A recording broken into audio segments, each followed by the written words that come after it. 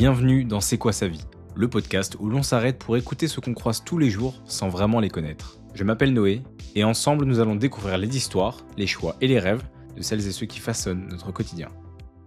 Dans ce 4e épisode, vous allez rencontrer Zoubir, 36 ans, coach sportif. Et là encore, vous allez découvrir un parcours unique aux nombreuses expériences. Bonne écoute. Salut Zoubir. Salut Noé. Je suis très content de te recevoir dans C'est quoi sa vie.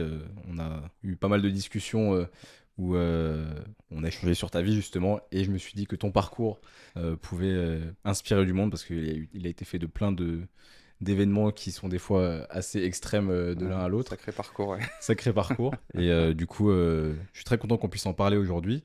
Je vais te poser la question que je pose à tout le monde dans ce podcast. Si tu devais résumer ta vie en une phrase, quelle serait-elle ? Ouais, la vache, tu me prends de court comme ça. Si je devais la résumer en une phrase, c'est même pas en une phrase en fait, ce serait en un mot. Ça serait, tu vois, autodidacte. Ok. Et c'est ce qui a fait que toute ma vie, en fait, a tourné autour de ça. Le fait d'apprendre par moi-même. Et en fait, c'est ce qui a fait que les différentes étapes de ma vie sont construites pour en arriver là aujourd'hui à 36 ans, là où j'en suis aujourd'hui. Et bon, on va aborder tout ça dans le détail. Est-ce que avant ça, je peux te laisser te présenter rapidement pour les gens qui nous écoutent et ou nous regardent ? Ouais, bien sûr. Et Zoubir Mehdi. Zoubir étant mon prénom, Mehdi mon nom de famille, pour éviter de se tromper. Et j'ai 36 ans, je suis coach sportif. J'ai monté ma boîte de coaching il y a quasi 2 ans, enfin un peu plus d'1 an et demi maintenant. Et puis donc du coup, voilà, je suis de Dijon et je suis papa d'une petite fille en couple avec Jessica et j'habite pas très loin d'ici.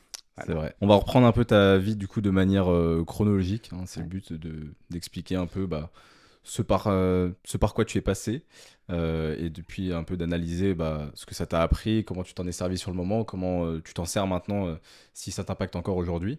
J'aimerais qu'on parle déjà du coup de ta jeunesse. Est-ce que tu peux nous expliquer un peu dans quel contexte familial tu as grandi, d'où est-ce que tu es originaire, où est-ce que tu as grandi, nous raconter un petit peu tout ça. Ouais, alors il y a pas mal de zones d'ombre autour de ma famille, et donc je vais te raconter un petit peu ce que moi je sais de ma propre vie et du contexte familial. Donc du coup, je suis né le 23 mars 1988, ça remonte déjà à Chalon-sur-Saône. Je suis de parents d'origine algérienne, les deux sont immigrés Ok. en France, les deux sont nés en Algérie. Le contexte familial, déjà des parents qui ont un décalage d'âge énorme, puisque mon père avait 20 ans de plus que ma mère. Ok.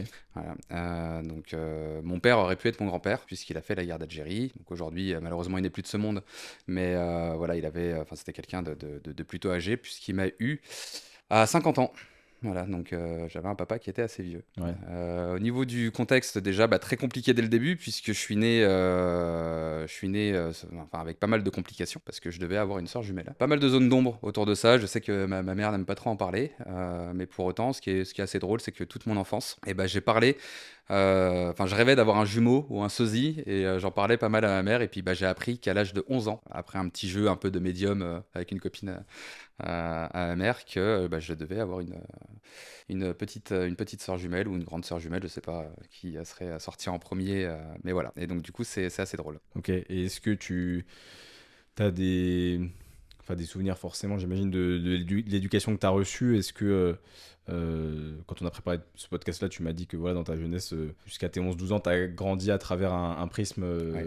un peu, j'allais dire spécial, mais le prisme avec lequel tu as grandi, du coup. Ouais. Est-ce que tu peux nous parler un peu de tout ça ? Donc famille religieuse. Je suis issu d'une famille, enfin une fratrie j'ai 3 frères et une sœur. Je suis l'avant-dernier. On a toujours vécu autour de la religion musulmane, une religion musulmane qui a été inculquée dès le plus jeune âge.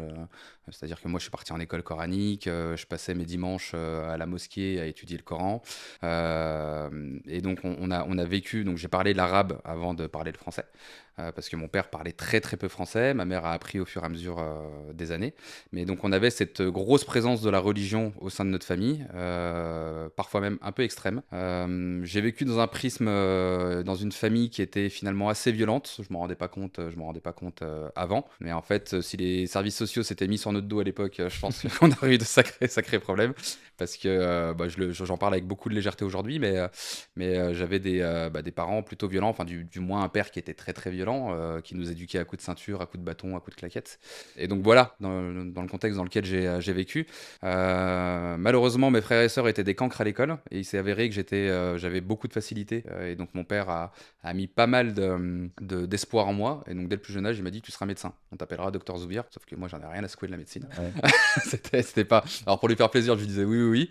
Et puis j'étais tellement bon à l'école coranique qu'il me disait tu seras un médecin et en plus de ça, tu auras une casquette peut-être d'imam par la suite. Enfin, j'étais vraiment, même si j'étais vraiment pas très proche de lui, on en parlera tout à l'heure, il avait ce truc de se dire que finalement, j'allais peut-être rehausser un petit peu le niveau scolaire de la Ouais. famille et tout. Et en fait, ça a donné complètement l'inverse. Et c'est là que tu Enfin, te rends compte peut-être du décalage générationnel aussi dans la façon de voir les choses, que bah là, enfin, pour lui, c'était tracé que tu allais c'est faire ça ça. et que c'est limite lui qui voulait conditionner un peu ce que tu allais faire, c'est ça? Exactement, exactement. En fait, j'avais pas mon mot à dire. C'était il fallait que je sois bon à l'école, il fallait que je sois bon dans toutes les matières. Je me souviens qu'un jour j'ai eu la mauvaise idée, enfin la mauvaise idée. J'avais ramené une mauvaise note à la maison et je m'étais complètement fait fracasser. Et j'ai compris l'importance ce jour-là que mon père apportait à la réussite scolaire, parce que bon, il sortait d'une famille qui était très pauvre.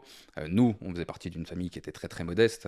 On n'avait vraiment pas beaucoup de revenus, 5 enfants. Et donc pour lui, c'était sûrement, il me l'a jamais vraiment dit, mais je pense que pour lui, c'était un moyen de se dire que cette famille casserait ce cercle de pauvreté avec un gamin qui finirait par faire médecine par la suite, quoi. Donc, Et quand tu parles du côté un peu violent, enfin, c'est un peu le cliché, tu vois, de l'éducation, enfin, même pas que maghrébine, j'ai l'impression un peu en Afrique, tu vois, Mm. quand tu grandis, on te dit, ouais, que dans ces pays-là, ils s'éduquent comme ça, enfin, genre, ils se font éduquer avec des coups de claquettes et tout, tu vois, c'est un peu enfin, je trouve que c'est un Ouais, cliché qui ressort assez souvent. ouais, ouais, bien sûr. Bah, en fait, D'où ça, d'où ça vient? Et déjà, je pense que c'est pas partout comme ça déjà.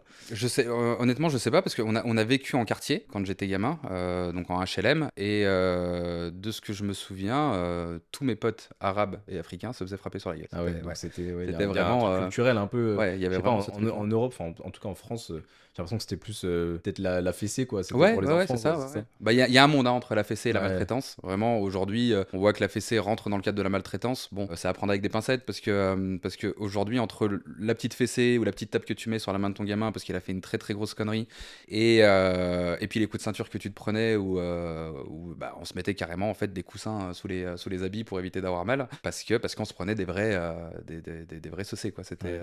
C'était très très violent. Et oui, je pense qu'il y a un vrai truc, alors générationnel aussi, parce qu'aujourd'hui, j'espère que ce cercle-là est un peu brisé dans les familles africaines et maghrébines aujourd'hui. Mais à l'époque, ouais, c'était normal. Et c'est pour ça que pour nous, ça nous paraissait totalement normal. On était dans un cadre qui était hyper violent. On savait que si on faisait une connerie ou si on faisait un truc qui déplaisait, on allait s'en prendre plein la tête. Et donc, c'était en toute connaissance de cause. Et à la fin, c'était devenu complètement normal si sur une semaine, on s'était pas pris un coup de ceinture, c'était Un nickel. miracle. Ouais, on se disait, pas Alléluia, c'était. Mais ouais, c'était génial, quoi. T'étais quel type d'élève à l'école? Alors, quand j'étais gamin, j'étais un peu, j'étais pas associable, mais j'aimais bien rester dans mon coin. Dès mon plus jeune âge, j'aimais pas me mélanger aux autres. Pareil, à la récré, je sortais pas. J'avais un truc, enfin, on m'appelait l'autiste un petit peu dans ma famille, parce que j'avais toujours un petit mouchoir, ça restait jusqu'à très très tard, hein. Ça s'est perdu même jusqu'à, je crois, mes 18, 19 ans. Ok. Et même aujourd'hui, je me surprends encore à le faire. J'avais un petit mouchoir que je tétais. Ah ouais. Donc après, c'était devenu la manche de mon pull. Et en fait, j'étais dans mon monde, j'étais complètement renfermé dans mon monde. Et j'aimais bien un petit peu tout ce qui était artistique, musique, dessin. Et je passais beaucoup, beaucoup, beaucoup de temps à dessiner. Et donc à l'école, je faisais ce qu'on me demandait. On me demandait d'apprendre quelque chose. J'avais une facilité à retenir les choses. En fait, à chaque fois qu'on me disait quelque chose, ça intégrait plutôt vite. Donc, bah, j'avais des bonnes notes et ça s'arrêtait là. J'avais pas, enfin, j'ai envie qu'on me foute la paix. J'avais pas envie d'être mis sur le premier plan. Et donc, par moment, j'essayais de me mettre un petit peu en retrait pour éviter justement que la lumière soit attirée sur moi. J'avais pas trop attiré la lumière. J'avais bien faire le truc et qu'on Ouais. me laisse tranquille de mon côté. Et ça t'est venu d'où cette fibre un peu artistique?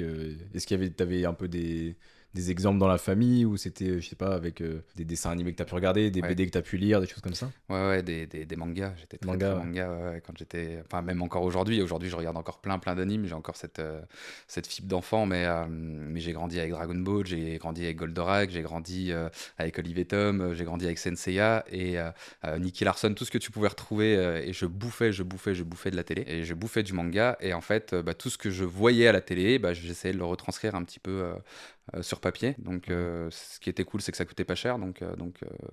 Papier, un crayon, des crayons de couleur, Autodidacte. et puis voilà. Et en fait, j'ai dessiné et j'ai eu un sacré niveau en dessin. Bon, bah, j'ai arrêté avec le temps. Je continue à dessiner quand j'ai un petit peu le temps, et notamment pendant le Covid, c'était revenu. Mais ouais, je dessinais énormément. Et pareil, la musique, va savoir pourquoi. Mes frères et sœurs écoutaient du rap. Mes parents écoutaient, enfin mon père écoutait de la musique traditionnelle arabe. Ma grande sœur écoutait du rail. Et moi, ça me faisait un petit peu saigner des oreilles. Alors, il y a des bons morceaux de rap que j'aime bien. Mais bah, je préférais tout ce qui était pop, rock, soul. Et va savoir pourquoi. Alors ça, il n'y a pas eu de... Ouais. Ça me parlait, en fait. Ouais, c'est Voilà, c'est ça les goûts et exactement. les couleurs, comme on dit. C'est exactement ça. Après, il y a une période dont tu m'as parlé quand on a préparé le podcast, c'est ta fin de collège, Ouais. où tu t'es mis à découvrir un peu ce qu'était la liberté, un peu, Ouais. et de sortir un peu de ce cadre-là dont tu nous as parlé.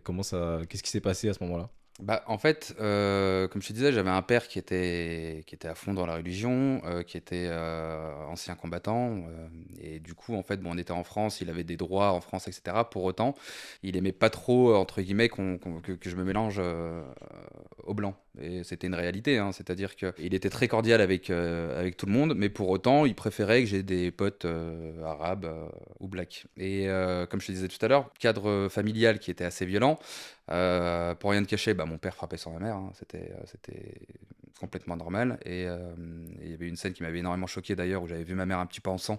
Et dans ma tête, c'était un déclic. Je me disais que je frapperais jamais sur ma future femme. Mais pour autant, jusque très tard, pour moi, c'était normal de frapper sur sa femme. En fait, une femme était inférieure à l'homme et c'était comme ça et c'était pas autrement. Et en fait, au collège, j'ai rencontré bah, mon meilleur pote, Yann, qui est togolais, métis. Donc sa mère est française, son père est togolais. Ok. Sauf que moi, j'avais dit à mon pote est black. Je vais Ouais. t'arrêter là, etc. Et en fait, on m'avait autorisé à aller dormir chez lui. Et donc, du coup, j'avais été dormir chez lui. Alors, on était en tout début de cinquième. C'était censé être soirée GameCube. On allait se tuer aux jeux vidéo et puis aux bonbons. Et donc, du coup, à table, je me retrouve avec son père qui était hyper impressionnant. Un Togolais vraiment solide, qui faisait peur, mais en fait hyper gentil. Et je me retrouve avec sa mère, toute douce, hyper gentille, hyper accueillante et tout. Et donc du coup, on se retrouve à table. Et ce jour-là, en fait, ça m'avait fait marrer parce que bon, il m'avait fait plein de blagues de cul, mon père. Ok. Donc du coup, moi, je savais plus où me foutre. Donc il se foutait un petit peu de notre gueule. Et puis sa mère, au bout d'un moment, qui lui dit, bon, écoute Patrick, arrête tes conneries. Enfin, en gros, elle le reprend. Et du coup, lui, bah, se met à se marrer et puis arrête de nous charrier. Et là, je regarde Yann et je lui dis, mais en fait, enfin, ton père laisse ta mère lui parler comme ça. Et il me dit, bah ouais. Et en fait, le bah ouais, je me suis dit, mais attends, c'est normal en fait. Ouais. Et en fait, j'ai découvert par la suite que oui, c'était normal en fait, que dans les familles de mes potes, la femme était l'égale de l'homme et qu'il n'y avait pas cette violence. Ou peut-être que je la voyais pas, mais en tout cas, chez les potes chez qui j'allais, il n'y avait pas cette violence envers sa femme, quoi. Mais je pense que ça, c'est intéressant, tu vois, comme prisme ben, à travers lequel tu as grandi, parce qu'en fait, c'est ça que les gens ne se rendent pas compte quand tu as des débats sur les réseaux sociaux, etc. Tu peux pas, en un commentaire, cerner l'éducation de chacun, C'est vrai. mais en fait, tu as des schémas de pensée, tu es en accord ou t'es pas en accord, mais qui existent à cause de ça, ou grâce à ça, selon, parce que ça marche aussi dans le positif, j'imagine, tu vois, Ouais, ouais, bien sûr. quand t'éduque dans le respect, le partage, Mm. etc., bah, tu le retransmets derrière. Mais quand c'est dans ces schémas-là, bah forcément, tu le penses, et peut-être jusqu'à tard aussi. Et certains. Parce que j'imagine qu'il y a un aspect un peu communautaire, du coup. Ouais. Parce que tu vois, quand tu me dis qu'il voulait que tu restes qu'avec des potes blacks ou arabes, Mm. est-ce qu'il y avait je sais pas, une notion de racisme qui rentrait dedans Ouais, alors, on n'a jamais eu le mot racisme dessus. Et puis si mes frères et sœurs voient cette vidéo, ils risquent de m'insulter. Mais si, oui, le racisme était complètement présent dans notre famille. Ouais. Et autant que Est-ce que c'était dans les deux sens? Est-ce que vous étiez victime de ça? Et est-ce que, Ouais, alors à l'époque, ouais. est-ce que Ouais. du coup, parce que victime de ça, peut-être tu te renfermes un peu Peut-être. ouais. Alors peut-être que mon père a été vraiment victime de ça, et ça je peux pas te le dire, et je pourrais malheureusement jamais parler à sa place, parce qu'il est plus de ce monde. Mais en fait, c'était pas notre combat. C'était un peu ce que j'essayais de faire comprendre à mon père. Et effectivement, ils ont souffert par rapport à la guerre d'Algérie. Ils ont souffert par rapport à tout ce qui s'est passé. La France a été un État pourri envers l'Algérie. Il y a eu des pratiques qui ont été complètement dégueulasses. Mais aujourd'hui, moi, si tu veux, je suis né en France, j'ai vécu en France, j'ai été à l'école en France. Mon pote à droite s'appelait Loïc, l'autre s'appelait Yann. La fille qui me plaisait à l'école s'appelait Mélanie. Enfin, tu vois, il y avait pas. Ouais, Je pouvais pas arriver et puis me dire que je détestais les Français parce qu'on m'avait inculqué ce truc-là. bien sûr. Il y avait un autre truc aussi par rapport à la religion, c'est que mon père n'aimait pas beaucoup les juifs. Par rapport à tout ce qui était, par rapport à tout ce qui était religieux, on va pas rentrer dans les écrits religieux, mais c'est pareil. Je pouvais pas m'amuser à détester les juifs parce que dans le Coran, il avait été question de trahison ou d'adoration d'un autre Dieu. Mais Enfin, ça tu veut vois. dire que tu as quand même eu cette prise de recul assez rapide, tu vois, par rapport à ça. Ouais, en fait, je pense que j'ai eu une crise d'adolescence qui a été assez violente parce qu'on m'a toujours dit de faire les choses. Pour revenir un petit peu en arrière, bien en arrière, je me suis pété le crâne à 4 ans. Ça a déterminé pas mal de problèmes moteurs. On m'a expliqué que j'aurais jamais d'équilibre parce que je m'étais explosé l'oreille interne. J'avais des gros soucis moteurs, c'est-à-dire que si tu me posais un truc sur la main, au bout de 30 secondes, ça commençait à trembler, j'avais la main qui se retournait. Et donc, en fait, j'ai été sujet de beaucoup de moqueries au sein de ma famille, avec mes frères qui faisaient des paris sur moi pendant les Ah anniversaires. ouais? Ouais, en gros, ils me posaient, ces enfoirés, me posaient une assiette avec un gâteau et puis me demandaient de l'emmener à quelqu'un. Ils faisaient des paris sur savoir combien de temps j'allais tenir sans le faire tomber. Donc aujourd'hui, j'en rigole, mais c'est vraiment des enfoirés. Et donc en fait, j'étais plutôt solitaire malgré le fait d'être dans une famille nombreuse. J'avais ma sœur, mes deux grands frères qui étaient très très proches. Moi, je suis arrivé un petit peu plus tard et je me suis retrouvé un petit peu à l'entre-deux. Et mon frère est arrivé 8 ans après. Donc en fait, je me suis vraiment retrouvé seul tout à devoir créer mon petit monde, etc. Et ça a fait de moi quelqu'un d'assez solitaire. Donc j'ai eu le temps de réfléchir. Ouais. J'ai eu le temps de réfléchir à plein de choses. J'ai énormément remis en question la religion parce que c'était quelque chose dans lequel je me retrouvais pas. Encore une fois, ça a été un peu une honte dans ma famille quand j'ai décidé de plus pratiquer la religion musulmane. Et puis le fait que je sois très proche de ma mère et que mes autres frères et sœurs étaient plutôt proches de mon père. D'avoir vu ma mère plusieurs fois se faire un peu fracasser par mon père, voir cette violence autour d'elle et me dire que pour moi un bon religieux c'était pas ça, tu vois, c'était pas, on m'avait toujours inculqué à la mosquée que c'était une religion de paix, etc. Hmm. Et j'ai commencé à me documenter sur la religion musulmane et la religion chrétienne. Et je laisse ça à ceux qui trouvent leur foi, très bien. Et je la respecte totalement à partir du moment où c'est fait à titre individuel. Pour moi, je m'y retrouvais pas. Et donc, j'ai tout remis en question. Plus une crise d'adolescence qui était, ma foi, un peu vénère. Je suis parti complètement en vrille. Je me suis laissé pousser les cheveux. Je me suis fait des piercings.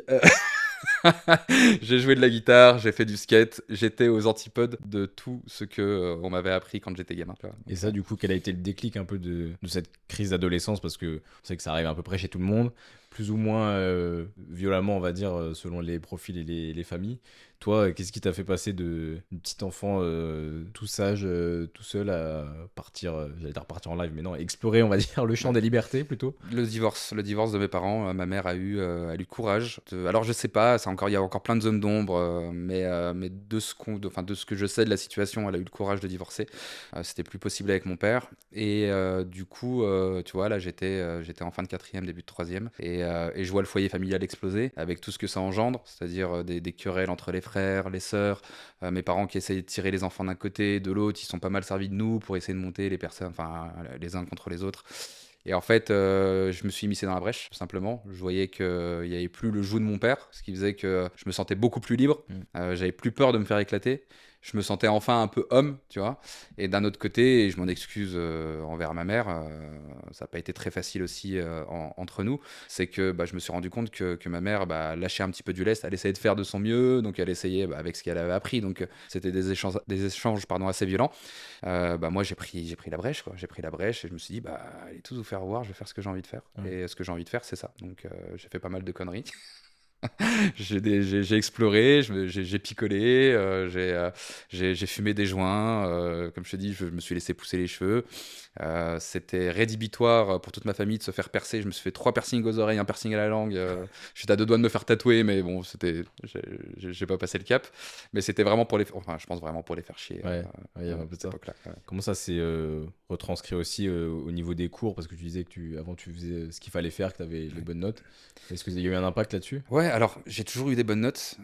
J'étais une sacrée douille quand je suis rentré au lycée. Alors, j'avais eu mon brevet sans avoir entre guillemets à le passer. En fait, j'avais déjà des points d'avance, donc je suis arrivé au brevet alors les mains dans les poches. Je rentre au lycée et pareil, dans mon état d'esprit un peu de rebelle, je me dis, mais qu'est-ce que c'est que cet endroit, quoi? Et s'il y a un endroit qui peut détruire une personne, c'est l'éducation nationale. Et j'en suis encore persuadé aujourd'hui. Malheureusement, ouais, Ouais. tu vois, j'en étais persuadé déjà avant. Et je me suis dit, s'il y a bien un endroit où tu brises une personnalité, c'est bien ici. Et donc, du coup, je dormais la plupart des cours. Je notais rien. Si tu prenais mes classeurs, ils étaient vides, il y avait de la poussière à l'intérieur. Mais j'avais une facilité à intégrer les informations et surtout à broder. Et donc, du coup, je me retrouvais quand même à être bien. C'est-à-dire que je finis ma première année de seconde avec 15 de moyenne, Ok. alors que j'en branle pas une. Ouais. Mon pote va redoubler, Yann. En fait, on s'est suivis tout ce long. Et j'étais à Pontus, donc un lycée à Chalon qui est plutôt, entre guillemets, réputé pour accueillir des intellectuels. Et je lui dis, bah, tu veux faire quoi? Et il me dit, bah, je vais aller en lycée, je veux faire un génie électrotechnique, un truc un petit peu plus cadré, qui va m'emmener vers un métier peut-être qui me plaira. Donc ça sera quelque chose de concret. Je fais, bah, vas-y, je demande le redoublement, je pars avec toi Ok. pour te dire le degré de j'en ai rien à secouer de Ouais. l'éducation nationale. Et je pars finalement avec lui au lycée Nice-et-Fornieps. Et en même temps, ça part en vrille dans tous les sens avec ma famille, tout ça. Je me rends compte que le lycée Nice-et-Fornieps, bon, ça me plaît pas du tout. Je lui dis, ouais, t'es bien gentil, mais là, en fait, je vais dépérir. Bah, vas-y, je vais demander entre guillemets, une mutation, un transfert à Pontus. Je vais partir en littéraire. Et pareil, j'arrive en littéraire et je me dis, mais putain, mais quelle branlette cérébrale, quoi. Mais vraiment, c'est vraiment le truc que je me dis. Je me dis, putain, mais quelle branlette cérébrale.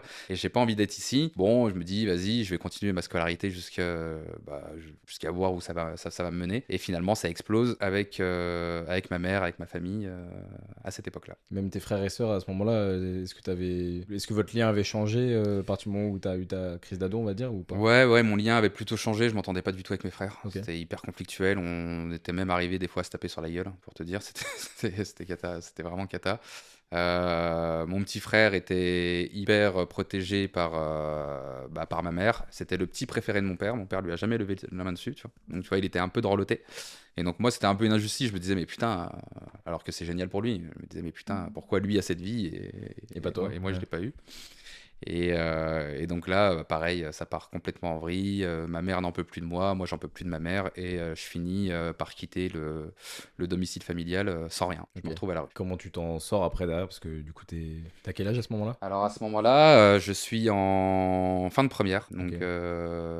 Tu vois, j'ai 16 ans, 17 ans. Et je me dis, en fait, j'avais pas peur. J'ai pris mon sac, je me suis barré. Je m'en suis sorti. On a dormi avec un pote qui était un peu dans la même situation que moi. On a dormi dans une cave pendant un moment, Une plein cave hiver. que vous avez trouvé comme ça ou Ouais, qui c'était... était dans le sous-sol de l'appartement de sa mère, en fait. Ok. Il avait les clés, donc on est rentré, Oh, on a purée. trouvé une cave, on s'est foutu sur un matelas, et on a passé quelques nuits ici, puis après on a commencé à se débrouiller. Et en fait, on a atterri chez un mec qui s'appelait Jimmy à l'époque, et puis en fait, qui prenait pas mal de drogue. Et c'est quand j'ai vu ça que je me suis dit, je finirai jamais comme ces gars-là, en fait. Il est hors de question que je finisse à la rue, à rien faire de ma vie. En fait, je vais tuer le game, quoi. Et je vais me débrouiller avec ce que je sais faire. Et donc, j'ai eu une grosse période hein, où j'en ai un peu chié, j'ai fait un peu n'importe quoi, et je me suis retrouvé dans des situations un peu de merde. Et je me suis dit, il faut absolument que je m'en sorte. Et puis Qu'est-ce même que pour faire. t'appelles situation de merde? Si t'as une anecdote ou deux que tu peux dire. Ouais, je me suis retrouvé, sincèrement, je me suis retrouvé avec des gars pas très fréquentables dans des festivals, à prendre des drogues, à Ok. essayer de, tu vois. Et je me dis, mais c'était pas ça la vie que je voulais, en fait. Je faisais tout, en fait, j'étais très autodestructeur, en fait. J'en avais tellement marre, en fait, de tout ce qui arrivait, de tout ce qui se passait. Et en fait, je me suis dit, il y a pas de responsable. Le seul responsable, c'est toi, en fait. C'est toi et ta personnalité. Alors, est-ce que j'aurais mieux fait de fermer ma gueule quand j'étais plus jeune en disant que, enfin, jusqu'à ce que je passe des études supérieures, etc.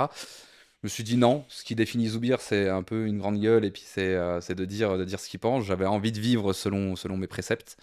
Et donc, du coup, j'avais un pote qui habitait juste à côté de chez ma mère qui s'appelait Victor. Je vais le voir et je lui dis, il faut absolument que je trouve du boulot. Sauf qu'avec la dégaine que j'ai, j'arriverai jamais à trouver du boulot. Je lui dis, écoute, c'est parti, j'enlève tous mes piercings. Et je lui dis, prends ta tondeuse et tu me rases la tête. Et Radical. il me rase la tête complètement. Donc je passe de cheveux jusqu'aux épaules à les cheveux complètement rasés. Et je lui dis, écoute, t'aurais pas une. Il y avait un entretien d'embauche dans une boîte qui s'appelait B2S. C'était une boîte de télécommunications. En gros, ils s'occupaient de tout ce qui était 118, 218, plateforme pour les banques, prise de rendez-vous. Et donc ils avaient une grosse porte ouverte, enfin journée de recrutement. Et je lui dis, t'as pas une chemise à me prêter, un pantalon, un truc. Il était un peu plus costaud que moi. Moi, j'étais très chétif. Hein. Je faisais ma taille pour 60 kilos à l'époque. Ok. Hein, donc j'étais très maigre. Et il me prête le truc, donc j'avais une dégaine, mais alors pas possible. Et donc je vais à ce truc-là. Et là, tu vois, on arrive où je suis à la fin de mes 17 ans, j'arrive vers mes 18 ans, tu vois. Et je suis embauché. En fait, on passe les tests, les tests de recrutement et j'arrive à être embauché dans cette boîte de télécommunications. Première victoire. Première victoire. Mais je trouve que tu vois, enfin, juste pour revenir sur la mentalité que tu as eue à ce moment-là, je pense que c'est un peu la différence pour ceux qui sont à la rue jeunes et qui le restent un peu. Je pense que c'est ça la différence, tu vois, de se dire, bah, après, je pense que les parcours sont évidemment différents pour tout le monde, mais de se dire, non, moi, je finirai pas Ouais. dans cette situation-là aussi, tu vois, parce que un peu l'origine de c'est quoi sa vie, c'est souvent quand je croise des gens qui sont bah, SDF et tout ça, je me demande, mais comment tu en arrives là, tu vois. Et je serais curieux un jour de pouvoir interroger quelqu'un et de pouvoir avoir une conversation comme ça, tu vois, de savoir comment tu arrives dans cette situation-là, parce que ça veut dire que bah, t'as effectivement pas forcément de famille derrière toi ou que t'as des liens très compliqués, que t'as pas d'amis qui peuvent t'aider, etc. Que t'as passé la période de se dire, bon bah je vais quand même essayer de trouver du boulot. Ouais, Ça veut bien dire que sûr. t'es vraiment résigné au point de ça va pas, quoi. Puis il y a un truc peut-être qui a joué, c'est que tu vois, j'ai été compétiteur en karaté depuis tout petit. Ouais, c'est ça que je t'ai pas demandé. Tu faisais du sport aussi Ouais, ouais, ouais. Bah, en fait, bah, mon père nous avait inscrit au karaté. Nous avait inscrit au karaté parce que ça coûtait pas cher. C'était bien. Ma sœur était monstrueuse au karaté. Mon grand frère était bon, mais il avait pas la nationalité parce que lui était né en Algérie, donc il avait pas encore la nationalité française, donc il pouvait pas concourir. Ok. Et j'avais un autre frère qui était nul à chier. Et donc j'arrive ici et à un entraînement, je tape un grand écart en plein milieu d'un entraînement de ma sœur. Et là, c'était Patrick Picrez à l'époque. Donc s'il voit cette vidéo, je le salue très très fort. Qui dit à ma mère, bah c'est cool, putain, il est souple et tout, il a des bonnes qualités physiques, ce serait bien de l'inscrire au karaté. Donc je rentre au karaté et il s'avère que ça a été une grosse révélation parce que j'étais très très bon au karaté. J'ai fait plus de 70 compétitions. Sur les 70, la première, je suis éliminé parce que je me trompe dans un kata. Et je me dis à partir de là, je gagnerai toutes mes compétitions. Et sur les 69 à peu près 69 qui ont suivi, je fais deuxième, troisième et à chaque fois premier. Et je vais jusqu'au championnat de France. Et j'ai arrêté parce que ma sœur a arrêté. Si elle avait continué, t'aurais continué. Ouais, elle a fini quatrième au championnat du monde, elle. Tu vois. Ok. Donc sacré niveau. Palmarès. Sauf que c'était une femme dans une famille de musulmans et elle a été mariée de force. Et donc du coup, elle a dû laisser tous ses rêves sportifs de côté. Et quand elle a arrêté, j'ai perdu le goût à m'entraîner et petit à petit, j'arrêtais. Enfin, j'y allais de moins en moins, moins en moins. Puis je me suis dit à quoi bon, de toute façon, je gagnerai jamais ma vie là-dedans. C'est beaucoup trop de sacrifices. Donc gros esprit de compétiteur. Donc peut-être que ça a joué sur le fait de me dire que je me laisserai pas abattre. Mais j'ai toujours eu une grosse fierté. Alors, est-ce que c'est une fierté algérienne ou pas? Apparemment, il y a un mythe là-dessus. Peut-être. Mais voilà. Ok, donc du coup, après, tu te fais embaucher dans cette boîte de télécom. C'est ça, en CDD. Donc, du coup, CDD, ouais. avec possibilité de CDI. Bon, c'était toutes ces boîtes en fait qui faisaient des CDD à chaque fois. Donc, j'ai été reconduit. Et je me souviens, je me suis dit, première chose que je ferais avec mon premier salaire, c'est quelque chose d'utile. Donc, en fait, j'ai pris mon chèque. C'était, alors, j'ai pas envie de te dire de conneries, mais je crois que j'avais dû gagner un peu moins de 1000 balles. J'avais pas fait un mois complet. Je prends mon chèque de paye. Je vais à ma banque, j'étais à la caisse d'épargne. Je pose le chèque et une semaine après, je vais payer cash mon permis en me disant, ça, c'est un truc qui me servira parce que je sais que ça me servira si j'ai besoin de faire des autres boulots à côté. Et donc, du coup, bah, j'ai payé mon permis avant de subvenir à mes besoins d'appartement ou autre. Tu vois. Ce qui est smart. Ce qui est pas con. Et après, derrière, tu vois, j'arrivais à dormir chez un pote, chez un autre pote, etc. À l'époque, chez mon ex, j'ai passé quelques temps. En fait, j'arrivais à me débrouiller comme ça. Et du coup, le problème, c'est que bah, j'ai pas eu de CDI à cette boîte à B2S. Pourtant, j'étais bon, je faisais tout ce qu'il fallait pour. Mais bon, j'ai pas fait partie de ceux à qui ils ont voulu offrir un CDI. Peut-être trop jeune, je sais pas, j'en sais rien. Et donc, j'ai fait plein de boulots d'intérim. Et j'ai fait tous les boulots auxquels tu pourrais penser, je pense que je les ai fait. Bah, du coup, là, on enregistre. Il y a quelques jours, on a enregistré avec Nicolas. Je sais pas si l'épisode est sorti au moment où vous regardez ça, mais lui, pareil, il a eu une période bah, un peu comme toi, en fait, transition début de vie d'adulte, où il a dû un peu se débrouiller et il me disait, il a livré, enfin, il a mis dans des champignons surgelés dans des camions, il a vidé des hôtels, acheté des sommiers depuis le 3e étage. Ouais, c'est à peu Toi, c'est près quoi, ça. si tu dois faire le top 3 de boulot un peu. Le top 3 des boulots Qui sont un merdiques. peu extrêmes, tu vois, ou qui n'ont vraiment aucun lien. Alors, aucun lien, bah, j'ai fait préparateur de commandes chez Donna, Ok, voilà, le de sandwich. nuit, voilà, exactement. Donc, je foutais, en fait, mon but, c'était de mettre des rondelles d'œufs industriels Dans les coupés sandwichs. dans les sandwichs. Ok, c'était que toi, tu faisais que ça. Ok. J'étais sur la chaîne de production, donc pendant des heures, j'étais comme ça, et jusqu'à ce qu'il y ait une pause, et puis je Et après, partais c'est en comme ça que pause. t'as commencé la guitare. Et voilà, je suis parti. Alors, non, j'ai commencé la guitare bien plus tôt, j'ai commencé la guitare, je l'ai commencé vers 15 ans, tu vois, la guitare. Ouais. Ça, c'est une sacrée anecdote aussi, mais mais du coup, il y avait ça. J'ai chargé des semi-remorques de pneus, toutes sortes de pneus. Pneus de voiture jusqu'aux pneus de petits tracteurs. Ok. Tu vois, donc c'était hyper physique Ouais, j'imagine, comme boulot. Et le boulot que j'ai le plus détesté, alors je sais pas si c'était tirer les sarments en plein hiver dans les Dans vignes. les vignes. Où, parce qu'on se retrouvait, on était seuls tout, pendant toute une journée, là, à tirer des Dans trucs. le froid. Ouais, ouais, dans le froid, avec un intérimaire qui était à 200 mètres. Puis voilà. Et, non, je crois que ce que j'ai vraiment détesté, c'était travailler sur les autoroutes. Mon but, c'était de nuit, de retirer les grosses barrières en métal. Oh la flemme. Voilà, avec un marteau, avec une masse. Tu tapais, tu déboulonnais, tu tapais, hop, tu portais sur ton dos, puis il t'emmenait. Puis un peu Voilà, dangereux quand c'est même. ça. Ouais, un peu dangereux parce qu'il y avait des voitures qui passaient. Ouais. Voilà. Et la première fois que j'ai décroché ce truc-là, j'avais oublié de prendre une veste, donc j'ai passé toute la nuit en t-shirt et il faisait un froid d'enculé. Ah Et voilà. je me suis dit, putain, t'es vraiment un mongol. Donc voilà, plein de trucs. Puis j'ai fait serveur, j'ai fait livreur de pizza, j'ai fait plongeur, j'ai travaillé chez Quick, j'ai Ouais, travaillé le classique de exactement. l'intérim. C'est ça, exactement. Et alors après, je crois que tu as une anecdote d'entretien d'embauche qui est incroyable Ouais, parce que rien ne favorisait le fait que ça se passe bien et pourtant, c'est ça. le coup du destin. Exactement. En fait, j'étais en plein dans le truc, en train de me dire, est-ce que je retourne à l'école? Est-ce que je me refonds dans le moule? Et j'avais vraiment pas envie de faire ça, mais pour autant, il me fallait une solution de secours. Là, j'avais 18 ans, j'avais eu mon permis, ma voiture, c'était une Clio 1, Ok. bleu nuit. Et pour la démarrer, j'étais obligé d'ouvrir le capot et de brancher la batterie à chaque fois et de débrancher la batterie. Il y avait un problème électronique et en fait, elle se déchargeait sinon. Donc du coup, j'étais tout le temps en panne. C'était un vrai taco. C'était l'ancienne voiture de mon grand frère qui avait laissé chez ma mère que j'avais récupérée. Et c'était une vraie merde, mais au moins elle me traînait. Et j'étais avec une fille à cette époque qui préparait un BTS communication. Et sur ces périodes d'études de vacances scolaires, elle travaillait chez Castorama. Et elle était très appréciée. Et elle me dit, écoute, il cherche quelqu'un au rayon aménagement, au rayon revêtement de sol, carrelage, tout ça. Bon, il cherche quelqu'un avec un petit peu d'expérience, mais peut-être que tu peux directement aller poser ton CV. Le chef de secteur, je le connais, il s'appelle Franck Puvillan. Et pareil, s'il voit cette vidéo, merci à lui, parce que ça a été un grand tournant dans ma vie, ce mec-là. Va le voir et tu vois ce que ça donne. Donc j'y vais, est-ce que Franck Puvillan est là? Oui, il est là, donc je lui donne mon CV. Ok, le mec hyper froid, il prend mon CV, il me dit ok, bah, je vous recontacte, moi je repars. Et le lendemain, le mec m'appelle en me disant entretien à 14h, vous seriez disponible? Ah, oui, oui, ouais, carrément. Juste le temps que je démarre, que Pas de j'ouvre le souci, capot, mais ouais, c'est bon. ouais, pas de souci. Je serai là cet après-midi. Et donc super bonne impression. Je mets des petits papiers. Alors, tu mets toujours des trucs dans une pochette, tu sais pas à quoi ça sert. Ouais, tu vois, t'as tes piles de CV, Ouais. plus des papiers derrière pour remplir un petit peu histoire de faire pro.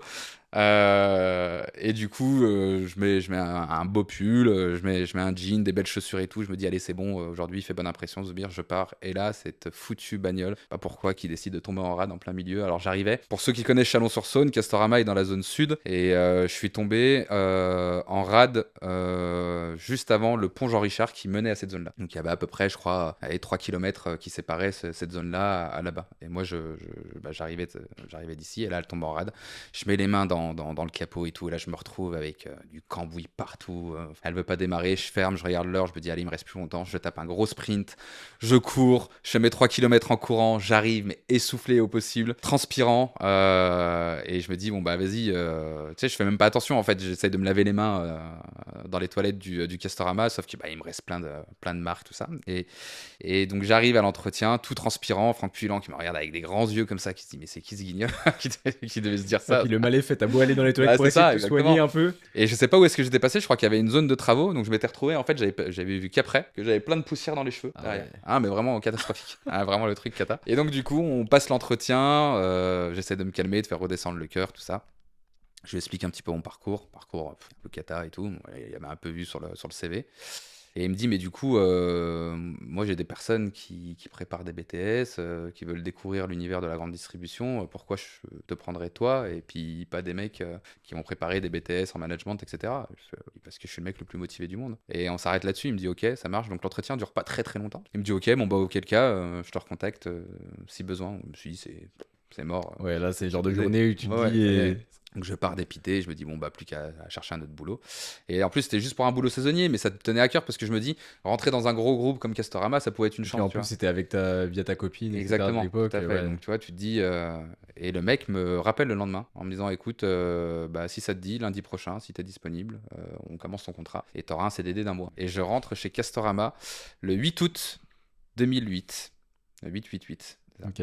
Et donc du coup voilà, je commence chez Casto et je deviens en fait conseiller de vente polyvalent où je suis formé avec les collègues à base de e-learning, etc. Donc là, t'as 18 ans à cette époque-là. Là j'ai 18 ans. Ouais. Et du coup, après, comment se passe ce premier contrat-là? Est-ce que ça débouche sur quelque chose après pour toi. Enfin, Ouais. est-ce que c'est un peu le lancement du coup, de ta carrière pro, on va dire, sur Ouais. une succession de boulot derrière? Bah, c'est le lancement de tout en fait, hein, Lancement parce de que tout, ouais. ouais, lancement de tout parce qu'en fait, j'ai les dents longues, je travaille beaucoup, je travaille énormément, je fais plus pour apprendre. Ok. J'étudie en fait, je devais vendre du carrelage, du revêtement de sol et tout, etc. Donc en plus des e-learning, je me procurais plein de trucs, des magazines à la con sur les revêtements de sol, comment poser du carrelage, etc. Mais je deviens un expert du carrelage. L'expert. Je deviens un expert du carrelage.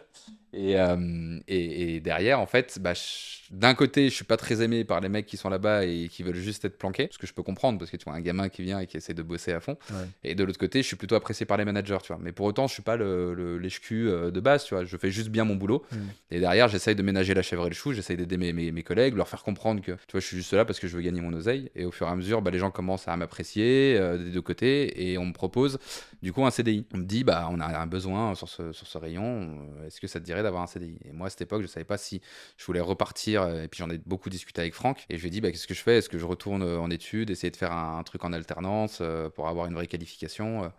Il me dit, écoute, comme tu veux. Il me dit, tu peux le faire, sans souci, et je t'encouragerai à le faire. Il me dit, maintenant, si tu veux rejoindre l'équipe, on fera en sorte de te former sur le commerce et de faire en sorte que bah, tu es le même niveau qu'un mec qui prépare un diplôme, quoi. Ouais. Et donc, j'ai beaucoup réfléchi, et bah, le côté finance et devoir payer un appart, parce que du coup, j'avais trouvé un appartement grâce à Casto, ça me permettait de débloquer beaucoup de choses. J'ai dit, bah ouais, allons-y, signons un CDI, quoi. Donc, on a signé un CDI et c'était parti pour l'aventure Casto. Voilà. Ouais, parce que du coup, bah, en plus, à cet âge-là, j'imagine que. Enfin, certes, t'as la réflexion, mais ça te permet d'assurer quand même pas mal de choses, Maintenant, sachant de. Enfin, en connaissance d'où tu viens aussi, avec les quelques mois qui ont précédé un c'est peu ça, compliqués. exactement. J'imagine que c'était. Ouais, d'un côté, tu pouvais pas dire non, quoi. C'est ça, exactement. Et puis j'avais un vrai salaire, quoi. Alors un salaire au SMIC, mais j'avais Ouais. un vrai salaire. Ouais. Ouais. Et quelles ont été un peu les évolutions? Qu'est-ce que tu as appris de cette expérience-là? Et ça a duré jusqu'à quand déjà? Alors là, du coup, je suis rentré en août. Ils m'ont proposé un mois après mon CDI, donc tu vois, en septembre. Et donc, du coup, bah, ils m'ont proposé un CDI conseiller de vente. Et j'ai fait ça pendant à peu près 4 à 5 mois avant d'être convoqué à nouveau par Franck. Et Steven Klaus, je me souviens à l'époque, qui était mon chef de rayon, me dit putain, j'ai fait quoi? J'ai fait une connerie, tu vois. Ils me disent, oh, on aimerait bien te voir. Je faisais pas de bruit, je faisais juste bien mon boulot, je faisais en sorte de te. Ah, tu t'es dit, ça y est, ça Ah, repart. j'étais là en avance, je repartais après les autres. C'est vraiment ce qu'il fallait pour être apprécié, quoi. Et ils me disent, bah non, on aimerait te voir, faire un petit point avec toi. T'inquiète pas, il n'y a rien de méchant. Et ils me disent, bah écoute, juste pour te dire, ça arrive que très rarement, surtout à ton âge. On voudrait te faire intégrer une pépinière pour passer chef de rayon. Pour ceux qui savent pas, bah, en gros, une pépinière, c'est une formation interne. C'est une formation interne sur quasi un an au sein de la boîte Casto, où bah, tu pars à droite, à gauche, etc. Tu vas dans différents magasins, tu te retrouves avec d'autres conseillers de vente qui vont devenir chefs de rayon. Et donc, du coup, tu as des espèces de missions, des ordres de mission, etc. à réaliser. Tu as des points avec tes managers. Et ensuite, tu es validé ou non à l'issue de cette formation pour passer chef de rayon, sachant que de toute façon, à l'issue de la formation, tu es obligé d'être muté. Donc là, tu vois, quand ils m'ont proposé ça, c'était 5 mois après, je venais d'avoir 19 ans. On me propose ça. Ça veut dire que vraiment, enfin, t'as dû vraiment tout casser, genre, Ouais, au ouais, taf, bah, parce je que travaillais comme un. 5 mois après Ouais. ton CDI, du coup, Ouais, ouais, je c'est. travaillais comme un dératé et je faisais tout, je faisais absolument tout que ça fonctionne. Et en fait, j'avais comme une espèce de figure paternelle quand je regardais Franck. C'était un mec qui était hyper réglo avec moi, qui était juste, qui était pas gentil, mais qui était juste. Et j'aimais ça, en fait. J'aimais bien le fait que le mec, je sois pas son petit préféré ou autre, qu'il hésite pas à me dire que quand je faisais mal, mais pourtant, tu vois, il me faisait énormément confiance. Tu vois, le premier mec qui l'appelait pour faire une revitalisation d'un rayon le soir, bah, c'était moi, tu vois. Et ça me faisait plaisir. Et tu vois, il savait que j'étais demandeur, que j'avais rien d'autre à côté. De toute façon, je m'en foutais, hein. Donc, que je sois là ou chez moi, c'était la même. Ouais. Donc, je bossais comme un gros dératé, ouais. Et donc, du coup, bah, j'accepte de rentrer dans la pépinière. On t'offre ça. Tu dis, tu montes en salaire, en responsabilité, t'as pas de diplôme, tu peux devenir chef de rayon grâce à ça, quoi. Et donc, t'as réussi après à passer Ouais. chef de rayon? Et en fait, avant même pareil, je fais bonne impression lors de ma formation en pépinière. Et en fait, avant même la fin de ma pépinière, on me propose un poste. Donc il est hyper content. Il me dit, bon, bah voilà, on te propose. Donc il voulait m'envoyer sur plusieurs magasins. Et le premier qui se manifeste, c'est Bourg-en-Bresse. Ouais, Bourg-en-Bresse, tu te dis, putain, c'est chaud quand même. On embrasse tous C'est- les Bourgiens. Ouais, je suis désolé hein, voilà, exactement, pour la Bresse, etc. On y mange bien, mais la région, on va s'avouer que c'est pas ce qui fait rêver, quoi. Mais du coup, il me vend le truc en me disant que c'est un jeune directeur qui est au sein de ce magasin, que c'est un magasin qui est vieux, c'est un magasin où il y a tout à faire et que je m'éclaterais beaucoup plus dans un magasin comme celui-ci qu'un autre magasin. Par exemple, moi j'étais très attiré par Grenoble, qui était un gros magasin, un gros truc. Et il me dit, tu t'éclateras plus à Bourg-en-Bresse, tu feras tes armes et par la suite, pourquoi pas être muté ailleurs, quoi. Puis bon, bah ok. Et donc, du coup, je pars à Bourg-en-Bresse. Et là, j'ai 21 ans quand je pars à Bourg-en-Bresse, quand j'ai terminé. En fait, je fais toute mon année entre mes 19 et mes 20 ans. Et un peu avant mes 21, j'arrive à Bourg-en-Bresse en tant que chef de rayon. Et là, on va dire, sur ces 2 ans et demi là, d'apprentissage, etc., qu'est-ce qui a changé chez toi dans ta façon de voir les choses, dans ton caractère? Est-ce que tu as tiré des enseignements ou vraiment tu as des souvenirs, tu vois, de choses qui t'ont marqué et qui t'ont fait évoluer? Ouais, beaucoup de choses. Bah, déjà, le côté humain, le fait qu'on me fasse confiance. Parce que tu vois, j'avais vachement l'habitude d'être abaissé finalement dans mon cadre familial, écrasé par mes frères. Bah, après, ce qui est un peu normal, j'imagine, mais tu vois, par mon frère, le fait de, tu vois, comme je te disais tout à l'heure, de te faire un peu frapper sur la gueule tout le temps, de te faire dévaloriser comme ça. Donc en fait, là, on me faisait confiance, on me donnait des vraies responsabilités. On reconnaissait que j'étais bon dans quelque chose. Donc ouais, je me suis dit, en fait, ça m'a complètement transformé. À cette époque-là, je me suis dit, putain, Zoubir, quoi, tu vas être manager à 21 piges, quoi. Hmm. Ouais, ce C'est... qui est fou en vrai. Enfin, Tu peux être avec le fier, recul, en c'est fait, ça? moi je suis pas sûr qu'aujourd'hui tu aies beaucoup de managers de stage là. En plus, surtout, j'ai l'impression que maintenant c'est encore plus dans les diplômes, etc. C'est Tu vois, ça, exactement. je sais pas, Et il y a eu une croissance en tout cas dans le fait de valoriser vraiment les diplômes et peut-être moins ouais. l'expérience, tu vois. Et ben, je suis assez d'accord avec toi et c'est pour ça que on en parlera tout à l'heure, mais dans tous mes processus de recrutement par la suite, le CV, j'en avais rien à secouer. Ouais. Je retournais le CV en plein milieu des entretiens, mais ça on en discutera tout à l'heure. Mais effectivement, j'accorde peu d'importance à des diplômes. Pas que les diplômes ne servent à rien. Un chirurgien ne s'improvisera pas chirurgien Bien sans sûr, ouais. diplôme. Il y a des boulots où tu as vraiment besoin d'une réelle formation et d'autres où la formation se fait sur le terrain. Hmm. Et tu peux largement laisser la chance à des gamins qui ont rien, à des gamins qui ont aucune connaissance, juste l'envie. Et tu peux vraiment en faire des foot de guerre, quoi. Hmm. Plus que des mecs qui auront payé des écoles de commerce 10 000 Bah, puis balles je l'année, trouve quoi. que bah, ton exemple, tu vois, c'est un peu ça, mais quand tu te retrouves vraiment dans le dur et tout, t'as pas le choix, tu vois, c'est ça en fait, le fait de pas avoir le C'est choix, ça. bah, ça te conditionne aussi. Si t'es vraiment déterminé, t'arraches tout, quoi. Tu peux tout Et faire. c'est vraiment, je Exactement. trouve, la différence entre bah, certains profils d'éducation qui vont être un peu, moins avoir bah, cette envie, tu vois, Mm. l'envie de. Moi, je te compare ça au sport, mais tu vois, l'envie de gagner, l'envie de vraiment se donner à fond. Moi, je pense que j'étais un peu comme ça, tu vois, un peu sur la réserve quand j'étais petit, m'économiser un peu, tu Ouais. vois, parce que j'avais certaines facilités peut-être à l'école, etc. Et ça se retranscrivait un peu dans le sport où des fois, je sentais que je faisais ce qu'il fallait, mais j'allais pas plus, tu Ouais, vois. t'allais pas plus loin. Ouais, Alors que quand t'es au pied du mur, tu te dis, t'as pas le choix. De toute façon, c'est ouais, soit ça, tu regardes derrière, t'as un fossé, quoi. T'as une ouais. falaise et tu te dis, bah, c'est fini, en fait. Donc c'était mon plan A jusqu'à Z, en fait. Donc Mm. c'était ça, et c'est pour ça que je m'y suis tenu jusqu'au bout. Et puis j'aimais ça, hein. En vrai, j'aimais beaucoup ce que je faisais. Donc, et puis c'était une super école, Casto, en réalité. On dit des grandes distributions, alors je sais pas comment ça évolue aujourd'hui, mais ça a été une super école de vie, ouais. Et du coup, après, t'as fait Bourg-en-Bresse, comment ça s'est passé? Parce que après, du coup, t'as arrêté Castorama. Ouais, bah ça s'est super bien passé à Bourg-en-Bresse. Je suis tombé sur un autre chef de secteur qui était juste énorme. Il s'appelait Roger Saez. Big up à lui aussi si il voit cette vidéo. Magasin hyper compliqué, équipe hyper compliquée parce que des vieux loupards dans le rayon. Et tu te dis, il y a un petit jeune qui arrive, mais qu'est-ce qu'ils nous font chier. Il y a un Ouais. jeune qui arrive et qui va nous donner des ordres. Donc il a fallu être très intelligent pour les rallier à la cause. Donc au début c'était très chaud, très très chaud parce que je rentrais chez moi, j'ai trouvé un petit appart à Viria juste à côté de Bourg-en-Bresse. Tu te retrouves le soir seul, tu connais personne. T'es là, tu passes un coup de fil à tes potes qui sont à Chalon, tu leur dis ouais c'est chaud quand même parce que t'es là-dedans, c'est que des mecs qui ont 2 fois ton âge, Ouais. qui ont pas du tout envie d'être managés par toi. Bah, puis là, c'est un gros défi pour toi en termes d'expérience C'est ça, managériale, on va exactement. dire. Une fois que t'as vécu ça, tu peux vivre un peu tout, Bah ouais, quoi. c'est ça, exactement. Et puis en fait, bah, j'arrive à me faire accepter et finalement, j'arrive à faire adhérer au projet. Et on explose tout. Les chiffres sont bons, on a les félicitations de la région. Enfin, tu vois, tout se passe hyper bien. Mon chef de secteur est super content parce que pareil, je compte pas mes heures. J'arrive le matin à 6 heures, je repars à 21 heures. Enfin, il pouvait compter sur moi n'importe quand, à n'importe quelle heure.